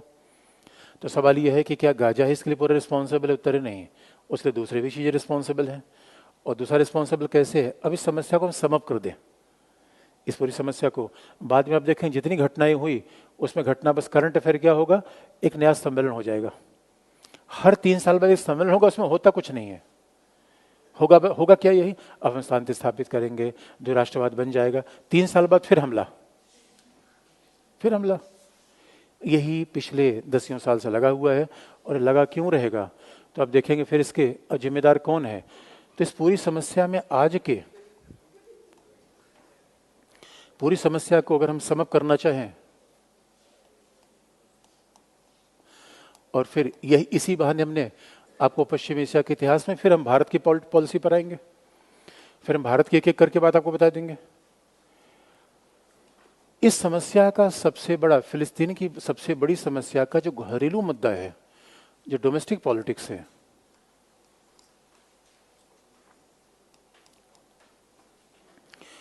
घरेलू मुद्दा है, वो खुद ही है पश्चिमी किनारे और गाजा के बीच में।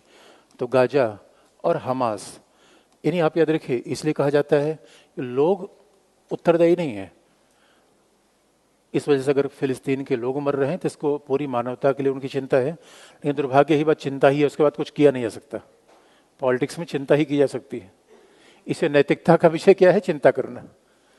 लेकिन बस चिंता करके थोड़ी श्रद्धांजलि देते हैं, उसके अलावा हम कुछ कर नहीं पाते। तो हमास, आप देखिए हमास के उग्रवादी गतिविधियां इस पूरी समस्या के लिए उत्तरदायी है। एक घरेलू मुद्दा है, इसमें रीजनल फैक्टर्स क्या है?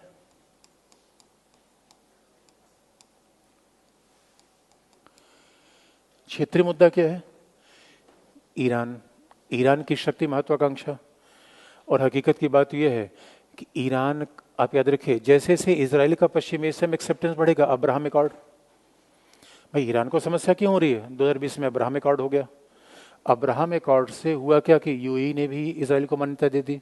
और अभी 2022 में इसी साल सऊदी अरेबिया का विदेश मंत्री जाने वाला था इजराइल। और आप याद रखिए, अगर यूएई ने इजराइल के साथ कूटनीतिक संबंध बना लिया, सऊदी अरेबिया पे अपने आप फिर चला जाएगा। सऊदी अरेबिया यूएई दोनों एक ही तरीके से काम करते हैं। ये बहुत बड़ी घटना थी अब्राहम एकॉर्ड। अब्राहम एकॉर्ड हो जाना, इसका मतलब इजरायली की मान्यता बढ़ रही थी। फिर G20 में क्या हो गया कि भाई अब एक कॉरिडोर भी बनेगा। इससे ईरान को लगा कि नहीं, इजराइल का अलग थलग रहना हमारे लिए ज़्यादा जरूरी है, ये तो इजराइल शक्तिशाली होता चला जाएगा। तो फिर, और ईरान, चूंकि इस क्षेत्रीय मुद्दे में सबसे बड़ी समस्या क्या है? ईरान और इजराइल का परस्पर प्रतिद्वंदिता, ईरान इजराइल के बीच आपसी संघर्ष। क्योंकि अब्राहम एकॉर्ड के बाद जिस तरीके से इजरायली का एक्सेप्टेंस बढ़ रहा है, उस मामले में ये बात फिलिस्तीनियों को कतई मंजूर नहीं है। ये हमास को बिल्कुल मंजूर नहीं है। और हमास को क्या, ईरान को। अब ईरान इस मामले को कैसे सुलझा रहा है? ईरान हिजबुल्लाह कहाँ काम कर रहा है? लेबनान में। अब आप देखेंगे लेबनान, जबकि कहा जाता है कि हिजबुल्लाह एक शिया संगठन है, हमास एक सुन्नी संगठन है, लेकिन फिर भी दोनों का दुश्मन साझा है इजराइल, दोनों आपस में मिलकर लड़ रहे हैं। ईरान फंड कर रहा है हिजबुल्लाह को, दूसरा ईरान किसको फंड कर रहा है? फिर हमास को। तीसरा हौथी शिया, तीसरा यमन में किसको फंड कर रहा है?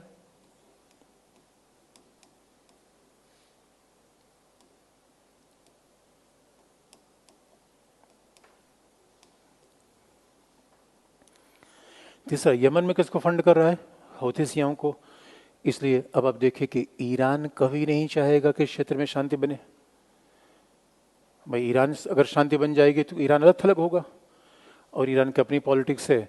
और जबकि आप देखेंगे 2001 घटना बड़ी, अब अतीत की बात बन गई, चीज़ें बदल जाती हैं। 2011 के बाद अरब स्प्रिंग की घटना आई थी, जिससे पूरा पश्चिम एशिया स्थिर हो गया था। इसलिए यकीन मानिए, सऊदी अरेबिया जैसे राज्य भी चाहते हैं कि ईरान की महत्वाकांक्षाओं को पीछे किया जा सके।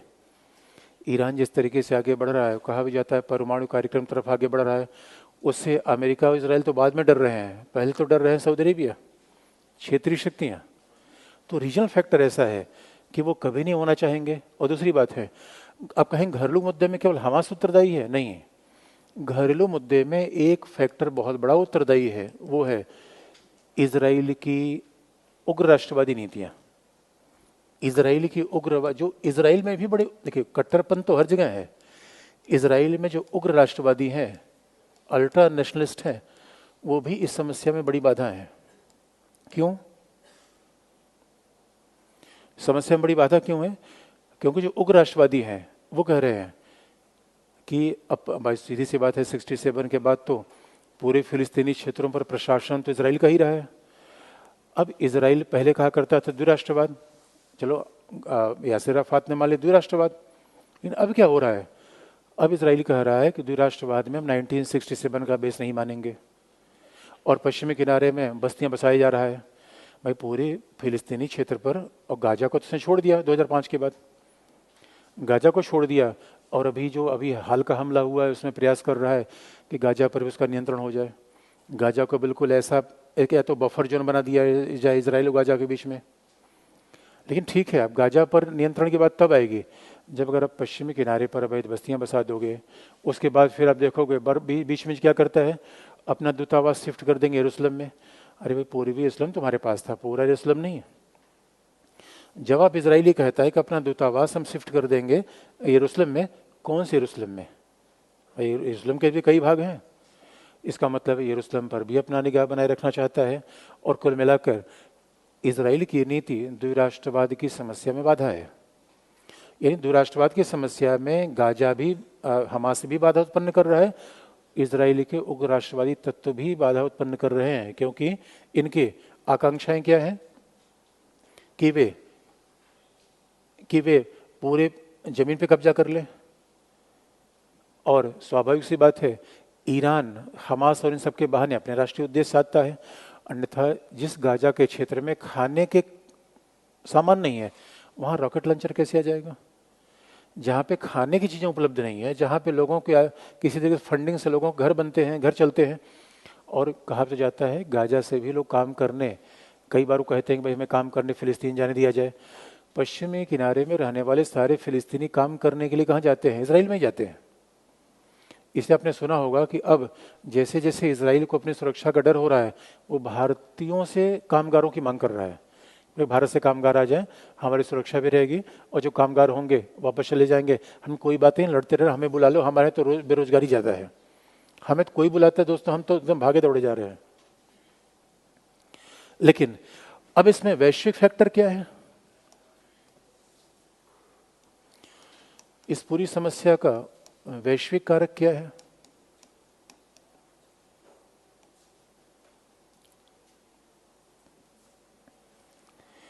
इस पूरी समस्या के वैश्विक फैक्टर में आप देखेंगे अमेरिका और चीन के बीच चलने वाला संघर्ष, अमेरिका चाइना, दूसरा अमेरिका रसिया,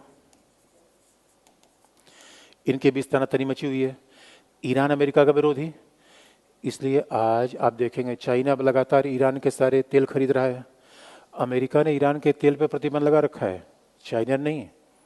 और अब देखो चाइना रोड बेल प्रोजेक्ट लेके जा रहा है, और अमेरिका I2U2 लेके जा रहा है। अब अगर आपने देखा होगा कि India middle east Europe economic corridor बन रहा है, India middle east Europe economic corridor बन रहा है, तो उसमें चाइना तो कहीं आ ही नहीं रहा है। इसलिए आप याद रखिए आज की डेट में पश्चिमी एशिया से तेल खरीदने वाला सबसे बड़ा देश चाइना। चाइना नहीं चाहेगा कि अमेरिका को यहाँ चैन लेने दे। यदि चाइना ये भी नहीं चाहेगा पश्चिम एशिया अस्थिर हो, क्योंकि पश्चिम एशिया की अस्थिरता से उसके तेल गैस की समस्या तो बढ़ेगी। लेकिन पश्चिम एशिया के लिए सबसे बड़ा दुश्मन, चाइना के लिए सबसे बड़ा दुश्मन कौन है? अमेरिका। वो अमेरिका को इस पूरे क्षेत्र में फंसाना चाहता है, अमेरिका को उलझाए रखना चाहता है। इसलिए चीन और रसिया, चीन और रूस मिलकर किसको समर्थन कर रहे हैं? ईरान को। और अभी चीन ने क्या किया है? चीन ने ईरान सऊदी अरब को सभी साथ लाने का प्रयास किया है। अगर सऊदी अरब ईरान साथ में आ गए, ये दुनिया का बहुत बड़ा कूटनीतिक बदलाव होगा। फिर अमेरिका के लिए पश्चिमी एशिया में स्पेस घटेगा। अमेरिका के लिए फिर पश्चिम एशिया में स्पेस घटता जाएगा। इसीलिए चाइना की अलग पॉलिटिक्स है। अब तो रसिया चाइना के पीछे चल पड़ा। चाइना का अलग पॉलिटिक्स है कि क्षेत्र उबलता रहे, क्योंकि अमेरिका का ध्यान अगर इस क्षेत्र पर रहेगा। और इसे कर क्या रहा है, चाइना पूरी अमेरिकी विरोधी प्रवृत्तियां फैला रहा है। चीन कह रहा है पूरी दुनिया में प्रॉब्लम के पीछे कौन है, अमेरिका। अभी तक तो यूक्रेन में लोग कह रहे थे रसिया रसिया रसिया, अब लोगों ने क्या करना शुरू कर दिया, अमेरिका अमेरिका अमेरिका। ये चाइना की इतनी बड़ी डिप्लोमेटिक विक्ट्री है। और इसलिए अभी पुतिन पहुंचे हैं पश्चिम एशिया में। पुतिन पहुंचे पश्चिम एशिया में, तो पुतिन क्या संदेश दे रहे हैं, अमेरिका जड़ है पूरी समस्या की। चीन क्या संदेश दे रहा है, अमेरिका जड़ है पूरी समस्या की। तो अब बताइए, फिलिस्तीनियों से किसको मतलब है, फिलिस्तीनियों से किसको मतलब है बच्चों। इसलिए पॉलिटिक्स पढ़ना बड़ा जरूरी है। होता कुछ और है और दिखता कुछ और है। और आप कहोगे सर समस्या का समाधान द्विराष्ट्रवाद होगा, नहीं। और दूसरी बात है, हमें पढ़ना है, समस्या समाधान थोड़ी करना है। हमें कॉपी में लिखना है, बाकी भावनात्मक नहीं होना है। यही लफड़ा है। इसी के साथ हम शुरुआत करें भारतीय की वेस्ट एशिया। पूरा इतिहास इसी में समा गया। पश्चिम एशिया के पूरे इतिहास को हमने समेट लिया। तो सवाल यह है, अगर पश्चिम एशिया के देश अरब देशों के साथ समय बढ़ना चाहते हैं तो हमारा कौन सा झगड़ा है, हमारा कोई झगड़ा है क्या। अच्छा, बहुत सारे लोगों ने सवाल पूछ दिया। अभी हम बता ही रहा था, अभी तो कुछ बताया नहीं मैंने। ये तो संक्षेप में आपको हिस्ट्री बता दी मैंने, कैसे चीज़ें बदली और भारत में भी कैसे बदलाव हुआ ये भी आपको बता दें, फिर कैसी आवश्यकता पड़ी। किसी ने कहा है, क्या लिखा है, खम्मा हाबी,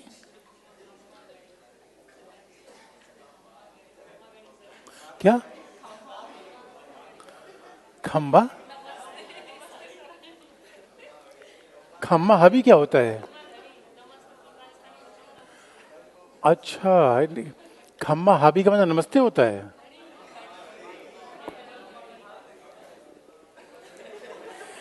कमाल यार, ऐसी अरबिक लैंग्वेज क्यों लिखते हो भाई। पश्चिम एशिया में अमेरिका का प्रभाव था, तो पश्चिम एशिया से अमेरिका को पीछे करने की चीन की क्या भूमिका है। अब बस आई तो रहे चीन की भूमिका। किसी का 5 पॉइंट बता दीजिए, आगे बढ़ने तो 5 नहीं 10 पॉइंट बताएंगे। लेकिन एक बात याद रखना, अमेरिका को पीछे करना इतना आसान नहीं है। सारी पश्चिम एशिया में अभी भी तेल कंपनियां किसकी हैं, अमेरिका तेल की कीमतें तय कर देता है। ओपेक के देशों का दोस्त है वो। ये भी सऊदी अरेबिया से कहा था तेल कीमत कम करो, हमें रूस को पीछे करना है, सऊदी अरेबिया ने मना कर दिया। लेकिन आज भी पश्चिम एशिया में मिलिट्री बेस अमेरिका का है। पश्चिम एशिया के सारे देशों के व्यापार अमेरिका के साथ है। पूरी दुनिया के पेट्रोल बेचे जाते हैं डॉलर में। पूरी दुनिया के तेल में आज भी डॉलर इतना प्रभाव है। इसलिए मरता हुआ हाथी 10 लाख का होता है। और चीन अमेरिका को रिप्लेस कर जाएगा, इसके लिए भी 10 साल वेट करना है। इतना भी अधीर मत बनो बच्चों। चीन अभी अपने दिखा रहा है, अभी थोड़ा सा इकोनॉमिक रूप में फ्लेक्सिबल अभी दिखा रहा है। कितना स्पेस बना पाएगा आने वाला समय बताएगा। जो कूटने पीटने की अमेरिका की अकूत क्षमता है वो चीन अभी अपना नहीं पा रहा है। क्योंकि चीन इमेज क्या बना के रखा हुआ है, साम्यवादी समाजवादी समाजवादी। समाजवाद से दुनिया चलती है, कई बार लठ बजाना पड़ता है। ऐसे हर हल कर देंगे झगड़े गांव में, तो लठ बजाने की क्षमता तो अमेरिका ही रखता है अभी, उसकी आदत हुई है, वो धनाधन पीटता पाटता है। अब चीन जब तक इस भूमिका में नहीं आएगा, तो बताओ अब कल के लिए कोई दो राज्य लड़ जाएंगे पश्चिम एशिया में, चीन कहेगा भाई इनका साथ देंगे उनका साथ देंगे, तो लोग कहेंगे यार फिर तुम किस बात के दोस्त हो, इनका साथ देंगे उनका साथ देंगे। साथ आना पड़ेगा, तटस्थ रहेंगे। तो अभी बहुत देर है, अभी तो इतना हमें अधीर नहीं होना है। पश्चिम एशिया में भारत की अभिरुचियों को 10 पॉइंट में बताइए। अरे भी तो बताने जा रहे, भारत ही बताने जा रहे हैं मेरे बच्चों। अंतर्राष्ट्रीय मंचों पर भारत पश्चिम एशियाई राष्ट्रों के साझा सरकारों को बताइए। साझा सरोकार, हाँ एकदम। अभी तो भारत में तो अभी शुरू करने जा रहे हैं। अच्छा, बच्चे आगे बढ़े रहते हैं, बहुत अच्छी बात है, पढ़ के आ रहे हैं, इसका मतलब है। अमेरिका के डॉलर की कीमत और अन्य देशों में चलने वाले डॉलर की कीमत सेम होती है। अमेरिका में चलने वाले डॉलर की कीमत, मतलब अलग एक्सचेंज रेट होता है उसका। भाई ऐसा थोड़ी होता है, अमेरिका के हिसाब से हर हर कीमत की मुद्रा अलग अलग तय होती है। तो हो सकता है दिरहम को $1 में 40 दिरहम में $1 हो जाए, 80 रुपए में $1 हो जाए, और पाकिस्तान के 150 रुपए में $1 हो जाए। एक्सचेंज रेट तो अलग अलग होता है। व्यापार वाणिज्य में क्या अंतर होता है, थोड़ा समझा दीजिए। ऐसा है, देखो, व्यापार, ट्रेड एंड कॉमर्स। अरे भाई से ट्रेड वही बाल की खाल वाली बात है। अच्छा आप बताओ, ट्रेड कॉमर्स में क्या अंतर होता है?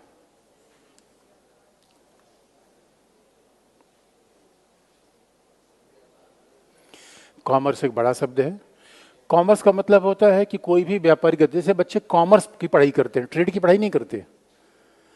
कॉमर्स में हर कुछ आ जाता है, जो भी बिजनेस बनाना, बेचना, खरीदना। और ट्रेड का मतलब है लेन देन।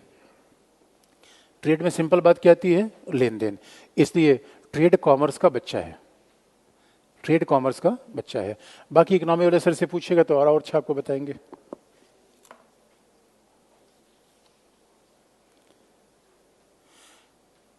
इमरजेंसी भारत में हमारा समय पेपर में यूज हुआ था।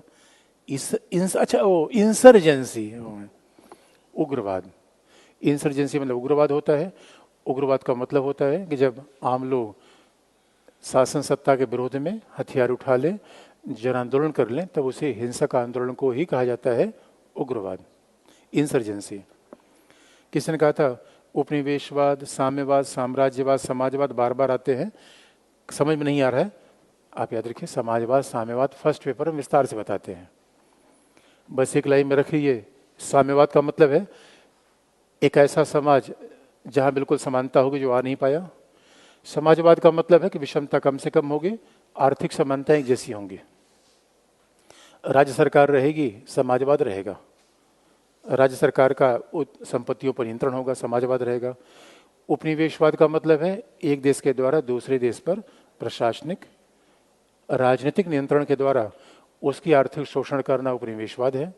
साम्राज्यवाद का मतलब है कि हो सकता है हम प्रशासनिक राजनीतिक नियंत्रण न करें, उसके बावजूद भी उसके संसाधनों का शोषण करें, साम्राज्यवाद है।